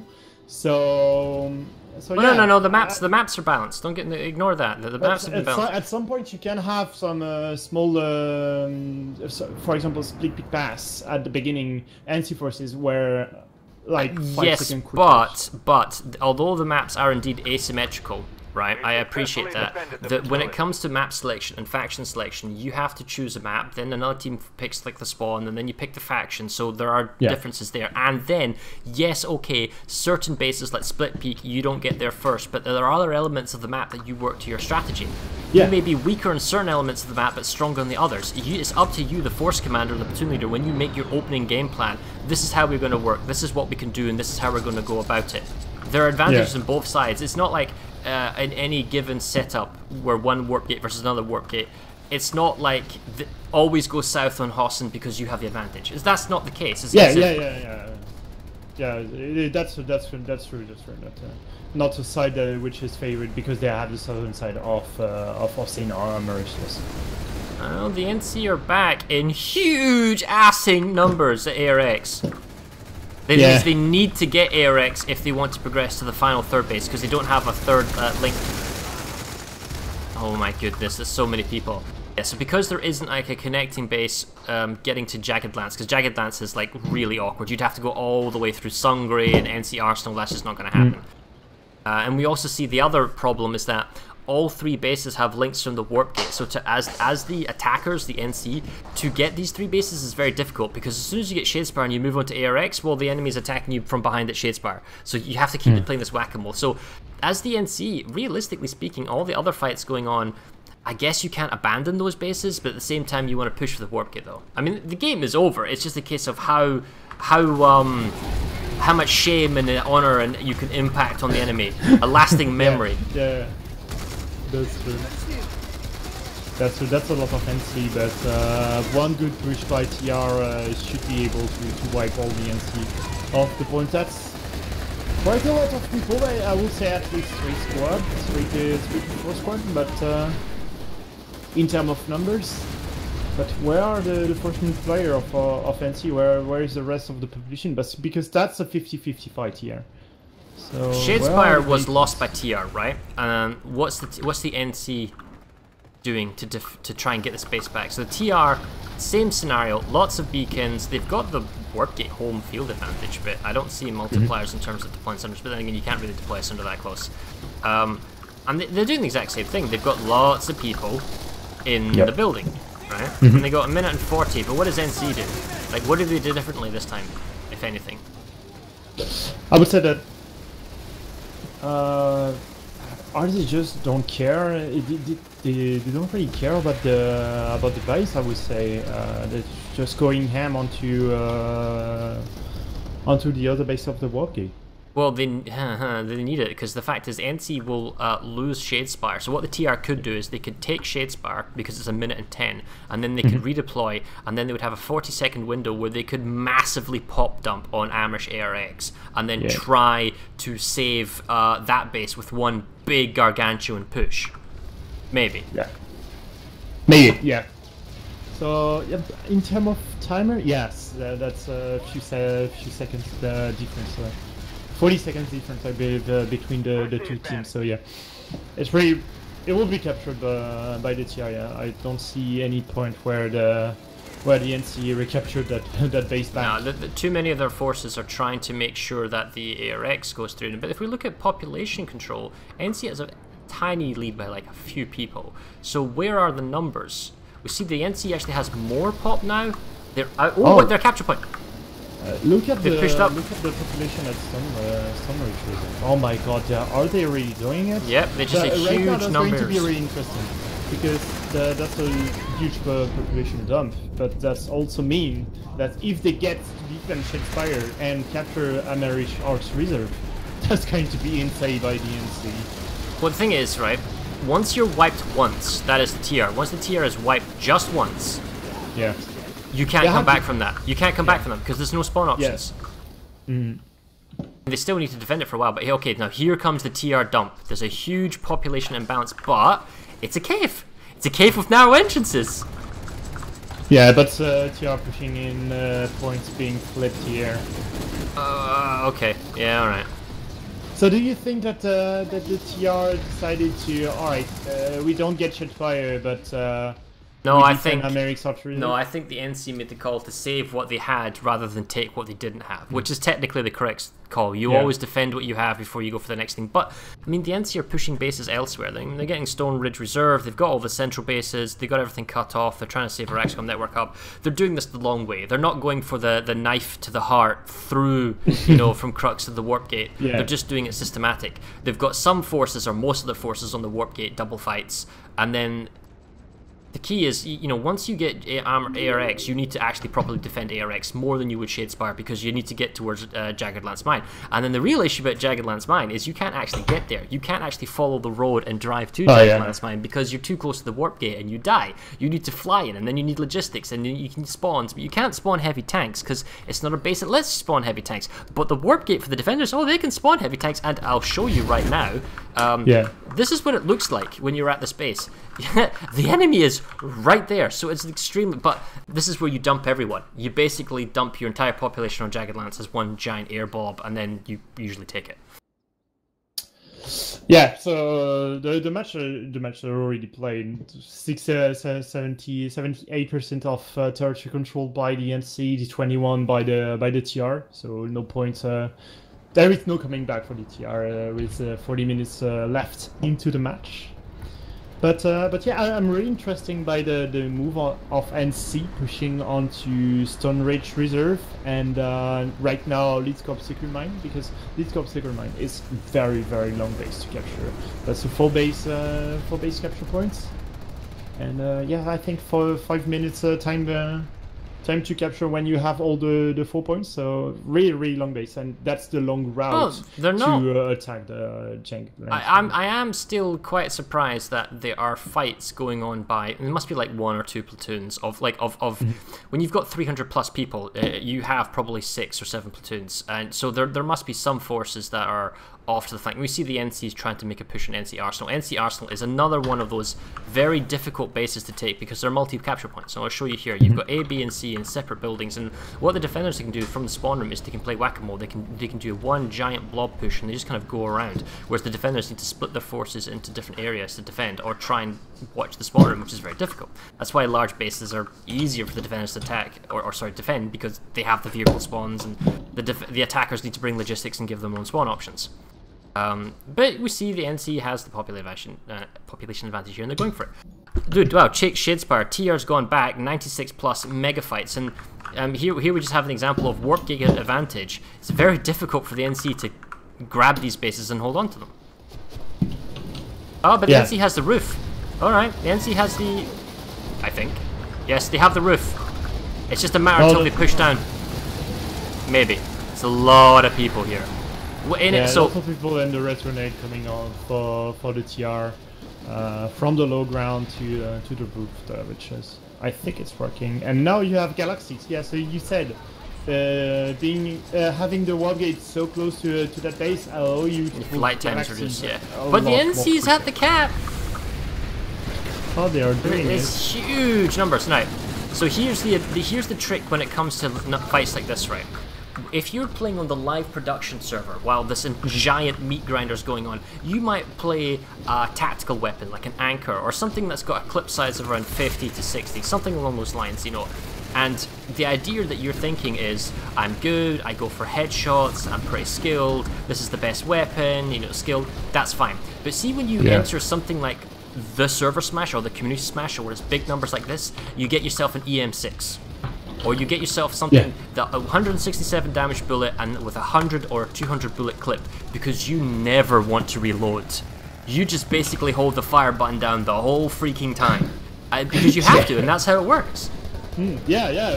When you're fighting the 30 people entering that door, you don't want to reload after 30 bullets on or 40 bullets. So yes, you want to hold down that bullet, that fire button for 100 and 150 Well, bullets. it's just that you see a hallway. There's no way of you aiming. You just fire and go for it. Yeah, I know. You don't really care. There, you have so many allies to fire at. To fire with you, so don't really care about headshots or anything. Exactly, you're just doing for mass stack up. Yeah. So the TR has gone for an air push. They don't have air control, they don't have logistics, They don't have multipliers in the cap point. They're just going purely spawn beacons and infantry. Now the problem with that on Blackshire Tungsten Mine is a significantly smaller building that is extremely exposed to air. The defender advantage here has to be on the NC because they have Crux headquarters, they have the air pad spawn, so they can go back to the previous base, grab air vehicles, fly over, and then just ground pound the defenders around the building, meaning that fewer infantry can come up and grab the capture point. Yeah, and the air is already here for the NC, so this one weekend will not last that long. And once you get the timer, that's at minimum that's 1 minute or 30 seconds timer for the beacons. So you don't really you can't really drop and drop and drop at for infinite amounts of time. So yes, there it is. It's just buying time. It's not a legitimate attack in the sense that, yes, you tried, but it was never going to be successful. If you successfully want to take a base, you need to either, if the enemy's there in force, then you have to attack in bulk and you have to bring in multipliers and things to help the numbers. Or alternatively, if there's no enemy there, you have 2 minutes to set up before the enemy comes in numbers to stop you. And it's in that 2-minute grace period that you need to do everything you possibly can to hold off for the last 30 seconds. Because the last 30 seconds in the defense is when you're outnumbered 3-1, if not worse, and the enemy brings all hell down on you, and you need whatever you've done to set up, whether that's 20 Sundras or all the vehicles or mines or guns or turrets, to buy yourself that last 30 seconds. Yeah. And we've seen how the NC managed to do it, for example, onto, I believe that base was RxCom Network Hub. They started large onto the base, then as the timers goes down for the cap, and they retreat onto the point and collapse with a lot of resources onto the point. So that's really the last 30 seconds. Yes. NC's back! ARX is knocking again. I don't think they've actually taken ARX yet, not once. Nope. Well, Blackshire Tungsten Mine is going to be saved in 20 seconds because I don't think the TR can get back there.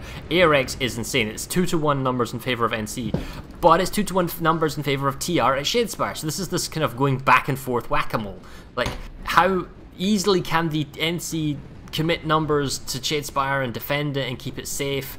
I mean, honestly, I would pull all my numbers from everywhere else in the map, but defend Shadespire with those guys, and then just punch through ARX, take it, and then go for the Hail Mary. Because if you go for the Hail Mary and take Jagged Lance before the enemy gets anything else, it ends the game. The thing is that now you have a timer which is lower onto Americ's Orcs Reserve compared to Shadespire. Shadespire has already been defended by the NC, or at least contested. So that's true. No, that's so good. that's really important. So the timer is really important here. The NC defended Shadespire farms. You only have maxes onto the roof. So we already say that maxes don't capture points. So big drop by the NC on the Shadespire farm, so they can basically allow all their resources to go ham on Hark's Reserve. Yep. No, so Amish Ark's Reserve, you're right. They've actually moved out of the capture zone and they're watching the spawn room. So unless like a big TR force came from the air, from their warp gate, and there's a lot of AA to kind of prevent that, then they will get ARX. And you're correct, even if the TR did attack Shadespire, the fact is the cap timer is sooner on the ARX, so the NC could completely ignore Shadespire entirely, put all their numbers to ARX, dominate it, capture it, and then in the intervening time between ARX and Shadespire's capture points, which is not going on right now, they could redeploy back to their own base and do a massive last-minute gasp save, which happens frequently. Yeah, I was looking at the population on the map entirely, watching if there was already some population of NC onto, for example, Eden Ridge mining, where you can put Sundras to go directly onto Jagged Lance mine, but there is not yet at least. And yeah, all the population seems to be on Ark's Reserve. And you have that random NC putting some music in proxy chat. I turned that off. Since the beginning. I really need to mute that one. You can do it. Yeah, and I don't see how this is going to happen. This is the big play. Now the next question is what happens next, right? How is the push to Jagged Lance? Because the NC have Crux headquarters. That means you can get Valkyries and get Galaxies, and this is the Hail Mary push. Shadespire isn't attacked, right? And if we look at population, The TR have stayed. They haven't left. So the NC, nothing matters anywhere else. This is one of those instances where you send 316 people to Jagged Lance. You send every single person, so long as you start the Jagged Lance cap before the Terran Republic restarts a hack at Shadespire or ARX, it doesn't matter because it's the 4 minutes of purely Jagged Lance chaos. Yeah. Yes, that's going to be insane. I'm really looking forward to it. There is one NC. There is one NC, at least one, against 2 TR and 30 minutes remain. 30 minutes. I'm heading to Length Mine because we need to have a look at that. Oh, where is the NC? Not yet. It's still 96 plus. Yeah, this is insane. Wow, I guess there's still like a 48 to 96 plus going at Araxicom Network Hub. It's like, it doesn't matter anymore. Why? Why? That was the population or the platoon onto NC Arsenal. NC Arsenal has been that's it. You have failed the Republic. So, The facility Jagan's is lost. Lens. Yeah, one galaxy heading to Lens Mine to start the timer. We got Valkyries on the way, 3 of them with the Reaver. Reaver being the Emperor-specific fighter plane. They need to flip the point. That's the most important thing. We got the infantry. The flip is going. Point flipping. Not on. Oh yes, the timer's going through. That's it. It's about to go through. Does it go through? Yes, should be. Okay, it's blue. There it is. Is Shadespire going? No. Is AMRX going? No. Okay. Nope. If you are the Force Commander of Team Blue, send everybody. Send Drop the everyone. population. You need to Gary Oldman this. Everyone! Right now. Yeah. Yeah, that's also everyone from the side of TR. Yeah, that's the point. I want everyone. Yeah. This is the most important base. The game ends now. Yeah, well prepared, but that's already 30 seconds. Oh my god, the TR has. So that's less. That lets 30 seconds for the NC to prepare. So that can be a 2-time push by the NC, which is kind of. Yeah, but the oh my goodness, right here comes the Galaxy on top. But the Air Force. This is what I'm saying. The advantage. Look at this. The Air Force is pounding this open capture point. The TR is sending every vehicle they've got. They've got the Air Force blamming in. I don't see. This is why it's so hard to take. This is why you need to literally send everyone to make it work. Which the NC is not doing. They're keeping their fights at Raxcom. They're keeping their numbers at ARX. It's difficult to get there. It's not a simple process of moving populations. Oh yeah, that's really difficult to move all your PLs or your SL onto and the soldiers onto one base and timed that attack, because that you have always one squad or one platoon that doesn't really have the nanites to pull galaxies. And suddenly, and how do you do it? Delayed. Yeah, how do you do it organized? Like, how do you get everyone there on time? You need to, like, there's so. But then again, there's so many TR here now out of position at Jagged Lance, trying to defend Jagged Lance, that especially all their vehicles and all their infrastructure, because this is basically a highly mechanized defender's army versus nothing but infantry dropping for the NC. Yeah, that's one gal dropping, two gals dropping. That's always 12 infantry at the same time onto the point. So nothing really serious for the NC. They're just buying time, and by throwing all the bodies onto the point, they are able to capture the point for a few seconds. But there is no really. That's well, not they've got really it. Dumping bodies on the point. All these vehicles. If you get enough reses. I found Bob the medic. He's way up on the upper, looking down on the capture point. Tell you what, if they've got the high ground, which they do, they have the higher ground, they've got the beacons, they've got the capture point, dude, they're dumping the population. It's coming. The pain train's here. Oh, look at Hidden Ridge Mining. Look at Hidden Ridge Mining. You have one thunder which should be close enough to Jagged Lance Mine. So all the bodies that died onto Jagged Lance Mine can redeploy onto Hidden Ridge, which allowed the NC to... Oh wait, no. What's happened is the NC have hacked the vehicle terminal. Yep. The NC have hacked the vehicle... Oh, and it's a large one as well. They can get Vanguards. Mm-hmm. No, they can't. I'm not seeing Vanguards. If they could pull Vanguards, I'm sure they would have done it by now. Yeah, but this is another element that sometimes is missed when it comes to Smash, is you destroy the vehicle terminal in the base behind you that you're not using. Now, I appreciate the Jagged Lance defense wasn't quite there, but if you had destroyed the vehicle terminal at Hidden Ridge Mining, the attackers, the NC, would not be able to capture it. They would not be able to repair it. So we're going to have a little armored convoy coming in from the NC, and that's going to help immeasurably when it comes to breaking the siege of the capture point. It's 2 minutes 20 to the end of the game. Yeah, but the push, the armor push is really scattered around the. It's enough. The TR doesn't have enough. You've got proxy rep Sunderers with the right gunpowder. You've got some armor-piercing lightnings because that's all you can afford. They can't bring out larger tanks, and you've got a whole bunch coming in from behind. This will push the TR off the road, and then the TR back to Warp Gate and their spawn room on the other side of the road. Yeah, but I'm really concerned about the number of Sunderers because. Obviously there is a lot of Sunderers, but at some point it's not going to be enough with maybe the NC has this. The TR just don't have enough. TR have access to heavy main battle tanks, which is what we're looking at, the Prowlers here, right? And they have access to the ammo tower, and they've got access to a proxy rep Sunder, kind of. But the NC just they're collectively pulled together and they're forcing attack. And then while the vehicles of the TR are fighting the NC vehicles, there's just simply more infantry on the capture point firing rockets and all hell onto the TR. Populations are slightly in favor of NC. There's no point being anywhere else.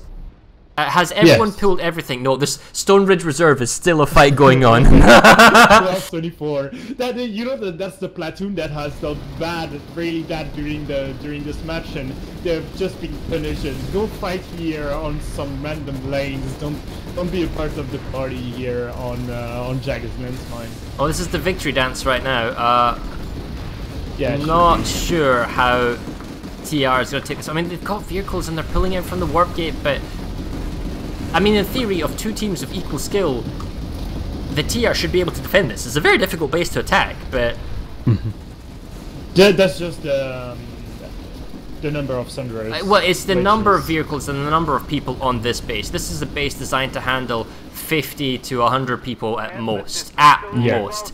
And we might have upwards of 600 people at this base. Yeah, so that's just insane numbers, and that base is just not well designed. It's impossible to move. You die before you walk out the spawn room, if that's even a thing. I don't think that they are walking from the spawn room. Yes, they try, it's but impossible. Yeah. No, you need to take the teleporter. The teleporter is kind of safe here, but not right now. I think that they might have they have a Sunderer deployed onto the TR side, which is a lot safer and closer to the point. This is it. Countdown. But 9 seconds. 9 seconds. So it's a Warp Gate lockout, which is what we did not have last Community Smash. Yeah. But still, a very one-sided affair here. Oh yeah. End of match. End of Enemy match. has the facility. A costly failure. That's painful. That's painful. It's been a long time since we didn't had It's happened before. It's definitely happened before, but I mean, see all this territory cut off now. And technically speaking, the admins should put a lock on. Let me put that in Discord. 79.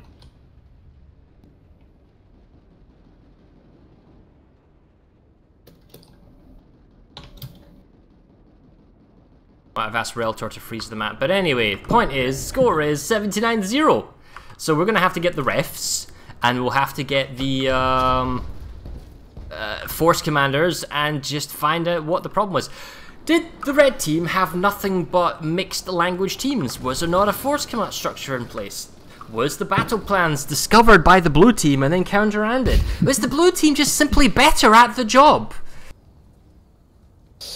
Yeah. Yeah, so there is a lot of things to take into consideration, but yeah, I think that the big part is that the opening didn't go. But I really wonder about the opening of TR. What was their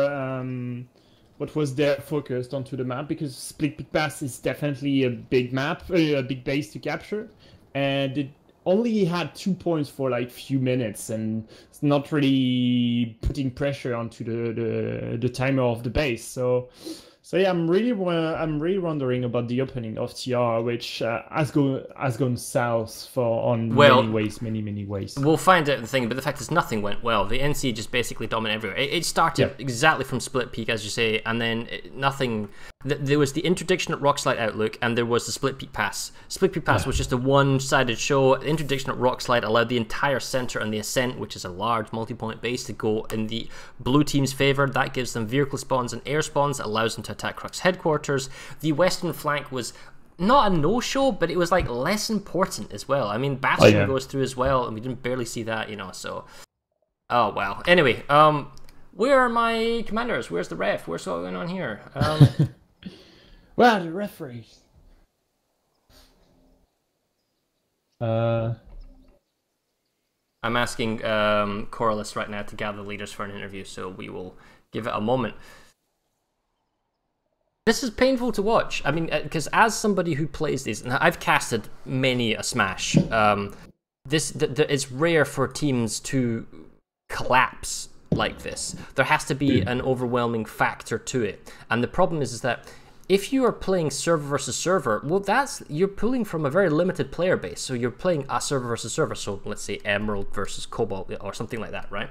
But this is a community Smash where the teams are essentially being pooled as one giant blob of a player base of 600 people, and then you cherry pick, almost like I pick you, and then the other force commander says, oh, I'll pick you, and then I pick you, and then I pick you. So theoretically speaking, this should have been a balanced affair, right? So did the Force Commanders on the blue team just simply have a better game plan? Or did their Air Force just be better? Or was there some multiplier or some special ingredient that gave them the advantage when it came to attacking? Or maybe they just put all their best players into one lane, you know, and just made a super platoon, and then they just dominated and, you know, battering rammed their way through. Yeah, I think that's the logistic offensive. Well, what was a lot better here, the way they pulled Galaxies, Valkyries to go on to the next base, to always be onto the offensive, capturing one base, then you have one squad already capturing the other one. So that kind of coordination is when you cherry pick the squads, the teams, or thing like this, it's really rare that you have a platoon of, for example, all the team of Cobalt in the same platoon or thing like this. So it's really difficult to sometimes organize because you don't have the same way of playing than the other team you have in your platoon. So the coordination cannot be optimum here into community Smash. So yes, we will have. Yeah, so we will start the interview in few seconds when we will have a lot more people here.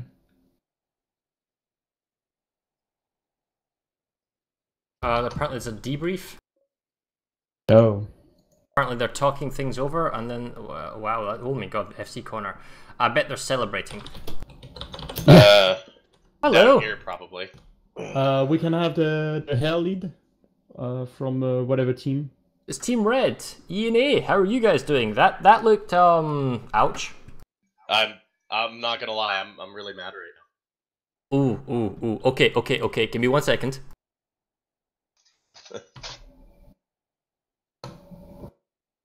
Okay, I have a doll. Show me where the NC touched you. Everywhere.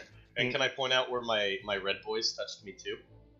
So, what was the, like, we don't have the other team here right now, right? But tell our viewers, we saw what was going on, we speculated what the issue was. What was the overreaching element? Because the numbers didn't have a huge influence. From what we tell, it was like, in terms of pure numbers, it was like 316 versus 308.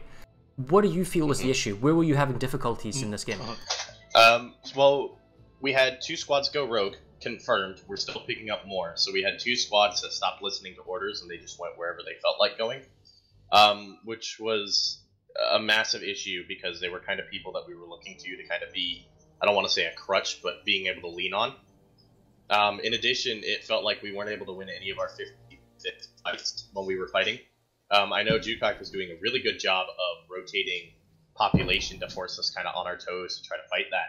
But even when we would try to counter-rotate, it was taking so long. I'd give out an order to move. 2 minutes later, people would start moving. And, you obviously can't move that slow, especially when you have an experienced FC like Jukok, and you do have experienced players on the other team that you do have to fight against. Unfortunately, I'm not a guy who likes to come out and go, man, people weren't, darn the guys on my team, they didn't do good enough. But, we had a solid strategy at the beginning, and we couldn't win any of our fights. We couldn't win anything. Was it, so it was like some squads going rogue, not moving quick enough between lanes in orders that were given out? Was there an Air Force problem? Was there a logistics type problem like that? Or was it just purely, as you say? The Air Force seemed to be doing the best they could. I mean, they were having a really hard time because they were just getting smacked around. In addition, the Air Force was trying to mitigate people not moving fast enough by clearing a path for them. Overall, the Air Force didn't get a focus on what we wanted them to. They had to stop and focus more on all this other stuff. So unfortunately, with just the slow movement and really the rogue squadrons, we couldn't pick it back up. And near the end, we tried to rally, but by then we already had people log off, and we were down about, I think Relpor said, about 2 squads near the very end of that, where we were really trying to rally and make a concentrated effort. Oh, one sec.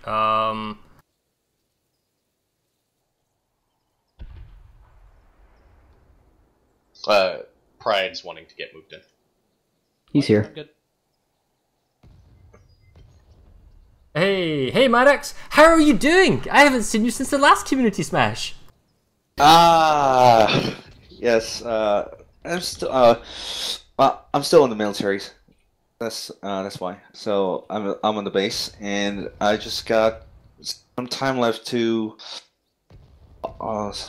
get off base, and that's why I'm here. And just with It was a special my friend occasion Arya. when we all get together and cast another Smash. Oh yes. So, Maddox, what did you think of that game? We think we need to call social services and take Team Red into custody. This was actually, I don't know what to say about this, because it was just it's just an avalanche. It's like total one-side game. Okay, well, I guess we have to congratulate Team J. Well, Yeah. J and P. Well, Jaycock, you've won again. Yeah. How does it feel? This seems to keep happening. How does it feel? Is there some sort of? I feel dirty. Did you I feel like? very dirty. It seems that you already won this when it came to picking the teams. Is there like a special magic sauce that you're using when it comes to picking the teams? The air leads want the password for the channel. Password. Okay. You've got 3 minutes until everyone just jumps into this room because we just told the stream. It's okay. I had them all jump into my room. They're still probably yelling in there. I'm sorry. What was the question? No, it's just how would it feel about the team selection and how does it feel about winning? Well, I think SB is hard to balance against. I think the teams were they were balanced as well as they could be. It's still always difficult to balance around SB because it's such a big group of players that are just very good, and it's the core of that old Miller Smash team that has wrecked my day so many damn times. So it's nice to play with them as opposed to against them. But the team balance was okay. I think a lot has to be said for this map. I think this map is fundamentally broken. Well, it wasn't broken in the past, but I'm gonna say that this map has been solved because with the reduction in cap timer on Split Peak, it's so easy for South to send everyone there and then hover over to Bastion after Split is done, and then after that, it shouldn't be as much of, I'm sorry, but a cakewalk as it was for us today. But the match is basically over after you get both Split and Bastion as South Warp Gate, and I think with the way that like the opener for South Warp Gate has been solved. It's So- done. It's a puzzle that we don't need to do anymore. Well, the question then was, did you know you were going to have this many people, and was there a reason why you didn't, for example, go to Hossen, which is more attuned to large player numbers? I think the continent choice was by vote, and we decided to go back to Amarish. I think that's what happened. And I'm going way off into the future. Community Smash 7. Will we have Cirrus? Is that what they're working on? Oh, sure. I think it's Osher. Oh sure. Oh, sure. Cirrus was a previous thing with the okay, that was one of those. Okay. Yes, so Usher, that's interesting if you've ever played PlanetSide 1 because they blew it up and got rid of it. We looking forward to that, or is that going to be longer away? What do you think? I have no idea how it's going to play. I think it's supposed to be rather involved for construction. I think that's kind of the focus to make. Well, I think. Oh. I don't actually know things. Let me ask you this then. I mean, this was Community Smash, and we've never done construction in a server Smash or Community Smash. But is that something that you think may be interesting, make a difference in this game mode? Could you see that as a play? I think, yeah. I think one of the big things is that it needs to be able to occur near the bases. I think that's important for construction to actually have a functional impact on the game, because there's so much that, like, if we're already banning most of the ESF involvement, then there's not a whole lot that construction can do if you're already able to fly wherever you need to go, because most of construction is obstacles that impede progress on the ground. And in a game mode that's as fast as Server Smash is, then construction doesn't really have a place. But when you can build things in the base and really affect things in that context, then yeah. And the other thing that's interesting is you're going to see, if we actually implement construction, you're going to see differences in how many people each side commits to construction. And that's a whole different little mini game in and of itself, because you don't want to overcommit to construction and lose everything else. Or do you just say, hey, you guys, you don't have a dedicated construction force, you just have a bunch of guys build whatever they want whenever they want to, or it's expedient for them. So Well, it's a bunch of new questions. Well, let me ask the Airlies then, Canadian Pride and Stroff. How did you guys get on from an Air's perspective? Stroff, you go first. Well, you can't do much with Josh, come on. The password is out. 3 minutes is expired. You can change the password now, I think. So anyway, you were saying? Yeah, we can't do much with just 9 people. I'm usually used to have 3 squads and with Banshee's band, there's just not much you can do to influence the game. Just killing transports alone, it doesn't influence the game that much. So we won air for the majority of the match, or we at least were able to do our rocket potting. I'd say we held off 3 bases, just the 3 around the warp gate. Yeah, for a little bit. You can hold them up for long with just 9. The second they start pulling flag, you just gotta go. I'd like to. I don't, it's just my opinion that if you're banning Banshees, you don't need to ban ESFs from everyone outside the air squad. I think you could just allow ESFs and ban Banshees or Hammers. Just an idea. I think enforcement of that is the problem that they're currently having, because that's what they'd like to do, to ban the ESFs outside of designated pilots. Well, again, there's no option for that. There's no support. I'm sure everyone. With this one, we knew who was.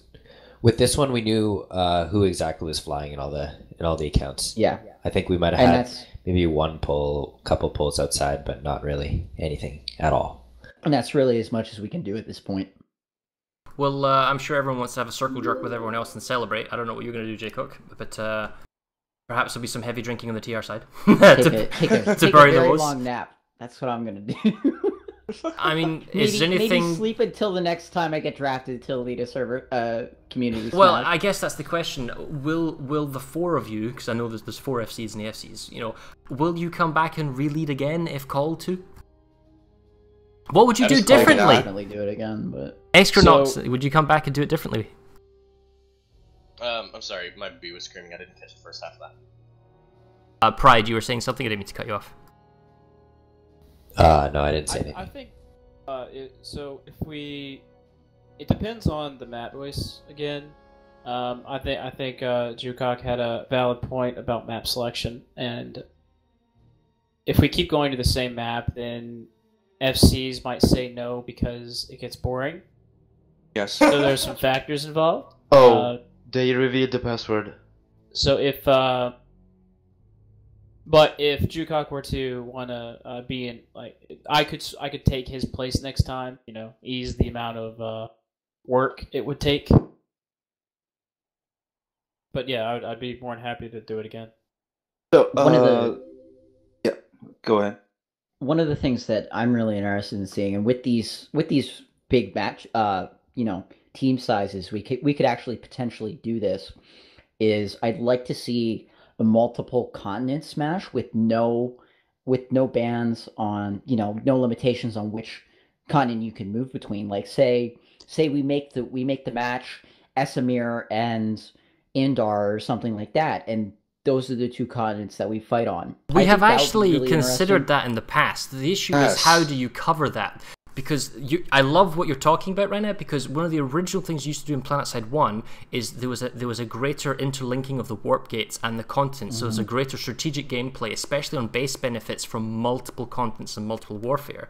So fighting over not just, if you've got like 300 people, it'd be better to do 150 per con as an advisory, but that doesn't need to be the case. You could just have 300 people and apply them as you want. You could overpop or underpop depending on exactly what the layout of the map is and the map state and everything that's going on. Absolutely, you would probably do something similar to the World Record Smash, where you would have multiple streamer teams. So you'd have a continent streamer team, and then you'd have an overall streamer team that would go back and forth between the two. But yeah, why don't we talk about that with like Carlos and other people, and like as a feedback thing, would be interested in that, because that would be something fresh and new.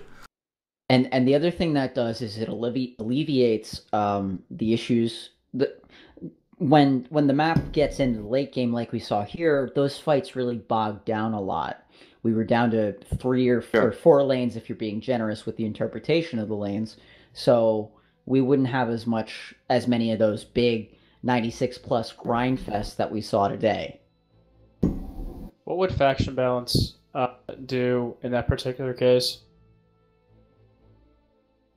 Well, so it's not like you can throw 180 people on one continent and have the other team only have like 120. At least I don't think so, because the faction queue would be a problem.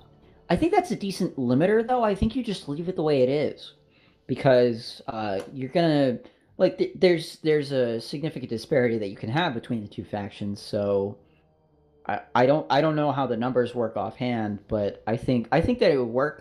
And that allows you to commit more or less depending on how you're doing on one continent versus the other.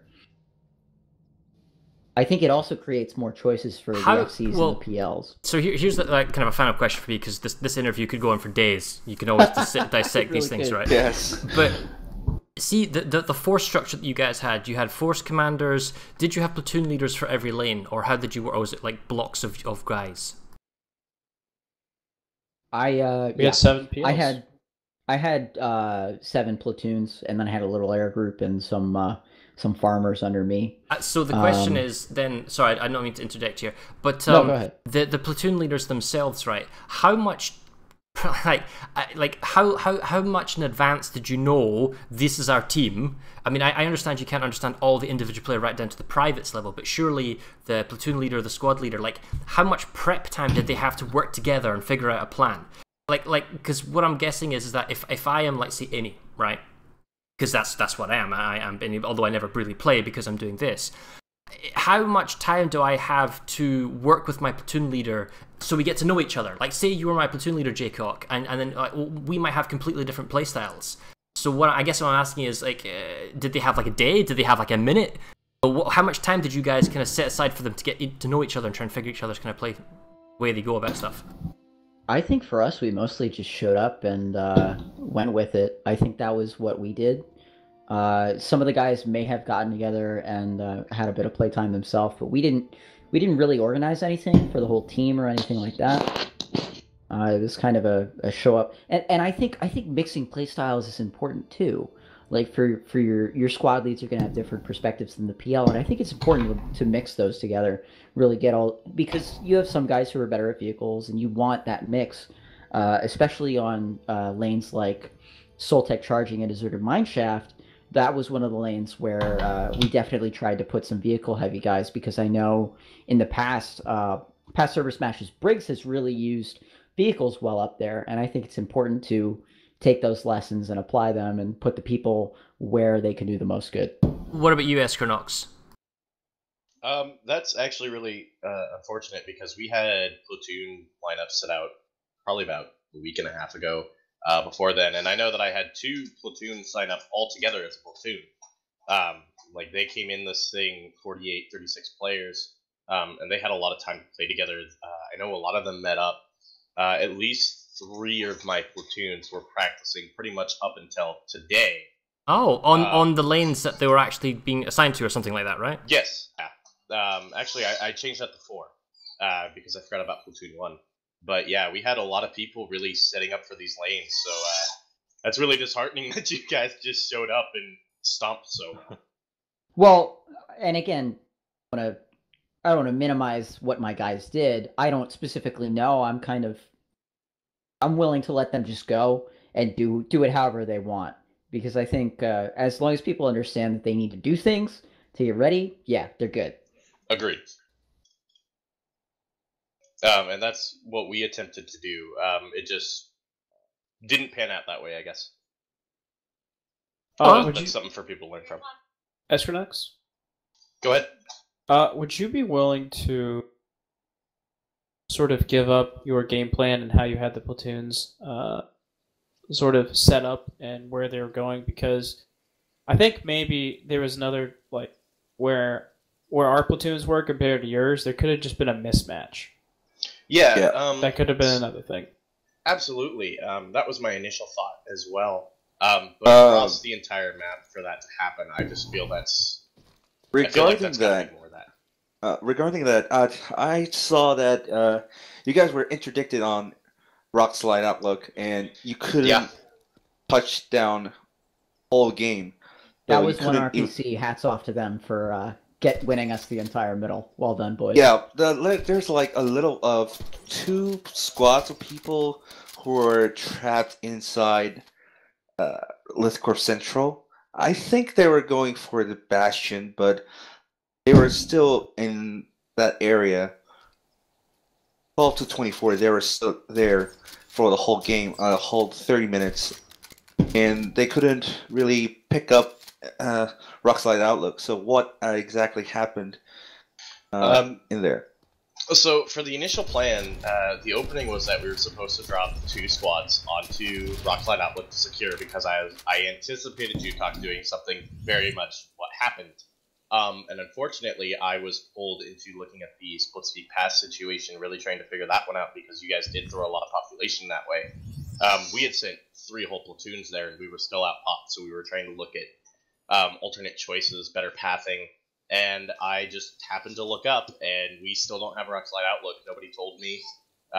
We didn't see it, and then when we came back to try to flip it, we were just told again, like, you know, it said, okay, I'll deal with it, and then we didn't hear anything. We caught that on camera. We saw that on camera, and unfortunately you had a lot of people in the base, but when it came down to the last 10 seconds, everyone left the cap. Yeah, there was only 2 people on the point. So, basic base discipline, when it comes to base caps, fall back on the point, and everyone left assuming it was done. And then like 10 guys from NC came in and stole it. Yeah, unfortunately, when it came down to the platoons, unfortunately, I just think there was some inexperience. We did have a lot of, I guess, veterans was what the organizers said when we balanced the teams. But when it came down, a lot of the platoons trying to do that legwork, they seemed to really miss a lot of that base etiquette. You know, last 10 seconds, fall back to the point, prevent them from maximum cheese. Yes. I didn't see any cheese either. I had almost all infantry play. I called for combined arms multiple times, and it just never picked up. Really? So, okay. Unfortunately, it just really feels there's such a huge disconnect from the FC to the PLs. It might even be a disconnect from the PLs to the squads, because I'm getting people messaging me saying, hey, ask about this and ask about that, and this sucked, and I don't want to go into the details because we could be here forever. We certainly had squads that went rogue. I mean, when it came to balancing, we kind of tried to balance out outfits in terms of tier, and I won't list any names, of course, but there were certain outfits that we balanced against others to try to make it even, and ours went rogue and decided that they wanted to farm. So they weren't where we needed them doing the fight, really picking up a lot of those points. So you thought they went to farm? Oh, okay, fair enough. Well, I mean, as I say, this we could go for here forever. I'm going to end my stream. So is there anything that you guys just want to say to each other or say to the viewers or anything like that, and then I can head off? Good match. Hope to see you guys again. Yeah, it was well fought, and things did not go well for you guys in the beginning, but you made it a slog. You moved well around between those four. When we had that 4-lane kind of standoff, you really managed to lengthen the game a little bit, and I think you should be proud of yourselves for that, because we were steamrolling at that point. The more the better. To the viewers especially, the more people we have, the more options we can do when it comes to modes, especially if we want to do multiple continents. It's just the more people that sign up, the better. If we have 48 solo, then so be it. Have 24 on each side. That's a squad of people you can fill somewhere. 6 people in a squad. Everyone counts. I'll never say that one person doesn't count. Everybody. Sign up now. Yeah, sign up now and go to Planetside battles. I know this is a community smash thing, and go watch the server smashes of the last years. It's full of meta and cheese and everything you can learn from. Yeah, there's tons of material. I started getting involved in early 2015, and one of the first things that I've watched every server smash back to mid 2014. Yeah, so I have a lot of hours of just watching these smashes and learning from them. So if somebody wants to get better, I think studying the past is one of the best ways to do that. Analyze what the decision making process was. Try to figure it out for yourself and learn from it. And if you want to FC, you should. And I will try not to get in anyone's way in the future. I think it's really important that we grow the leadership groups too that are interested in doing this. There's, you got to come out and decide that you want to show up and do it, because if you don't show up, then nothing will happen. So get involved. Cool. Well, thanks so much, guys. It was much appreciated. I hope you have a great time and go and enjoy yourself for the rest of the evening, morning, afternoon, wherever the hell you are in the world. Goodbye. Thanks. Bye. Goodbye.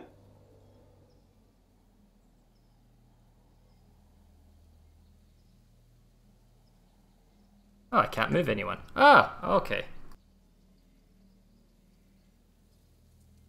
Well, assuming Atipic maybe joins us, maybe he doesn't, but anyway, that is the end of Community Smash 6.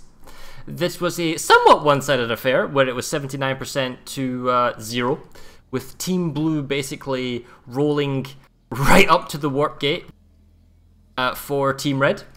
And it was fun to watch, but it was, as we say, entirely one-sided. Oh, hey, Atipic. We're just telling everyone how the game ended, and it was kind of a one-sided affair.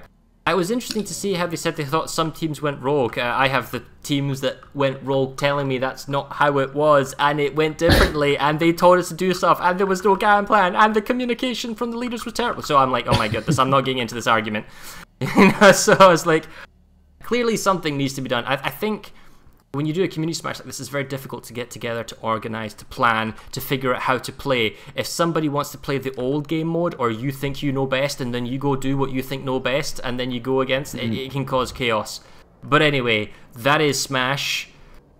I don't know, if it was me, I would have probably, if you think you can do a better job, go and lead. It's chaos when you try and lead one of these things. Yeah. I've been a part of many community smash and server smash as SL. I've done one nation smash as PL, and that's really a mess. That's really a mess. And really difficult to lead because takes a lot of time. There's a lot of time prepping the leaders, prepping the map, making sure everyone's on point.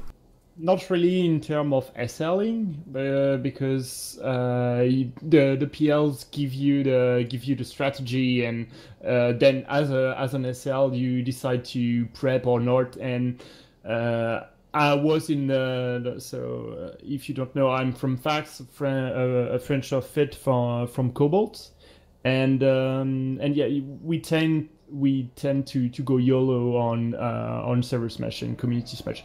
I was the only one who tried to prep a little bit, but all the players went YOLO, and I basically told them the strategy like 30 minutes before the match. So, but all the preparation was done by me. And Wow. Okay. I'm not sure that's a good idea. In all the No, experiences I've had, really not. I've done just foot grounding, SLing, PLing, and FCing, and every time you go up a notch in this sort of command rank type thing, it gets interesting. You have to involve more people, you have to be organized, and anyway, that's a conversation perhaps for another day.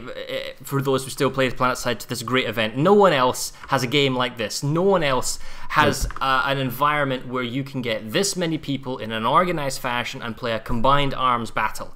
And the thing is, it's a combined arms battle. It's not like it's fair. It's like one team will destroy the other. And when you do get previous games where teams are radically close and it's to the wire, those are insane games. And I highly recommend going, if you are watching this now or you're watching this at a VOD at a later point, go check the previous community smashes. Or this is a community smash driven event. Go back to Planetside Battles. They have their own YouTube channel as well that I also casted. Go check out those previous videos because there are many, many games that are spectacular. Or go watch the world record event when we had like a world record. I think I had like 1,158 people battle on Hossen in a three-way. There's so much more stuff out there from years ago that people can watch that no one has ever recreated or done better yet. Yeah. Yes. It's really one of a kind game. Planetside, I will never find the same experience or type of gameplay, and you can do basically whatever you want. So I'm really pleased by Debra game. That's the game is still running and doing quite fine, to be fair. Because well, I like. Except for the bugs, in terms of development and production is something. Anyway, Cobalt is still living, and I think we have increasing population since. Well, if you've never played Planetside before, now's a great time to get into it and try it out because there's so much more to it than ever it was released. Anyway, I'm going to head off. The game is free. Yeah, oh, that is true. It is actually legitimately a free-to-play game. It's just Anyway, that's been said. You have a great night. I'll see you later, iPic, and we're going to head off. Thank you very much. Yeah, thank you very much. And that is the end from me. That is another community smash. Another smash in the notch. This must be like my 80th or 90th one that I've covered now in all the years of doing this stuff. A bit one-sided. I think the last time we had a warp gating was against Connery in the past. But anyway, I hope you enjoyed it. I hope you watched something. Check out the game for yourself. There's so much depth to it. It's actually really enjoyable when you play with other kind of people. And until next time, until Community Smash 7 or a Lane Smash or another server smash, whenever that may or may not be in the future, I will be here if asked, and I will be your host. Until next time, goodbye everyone.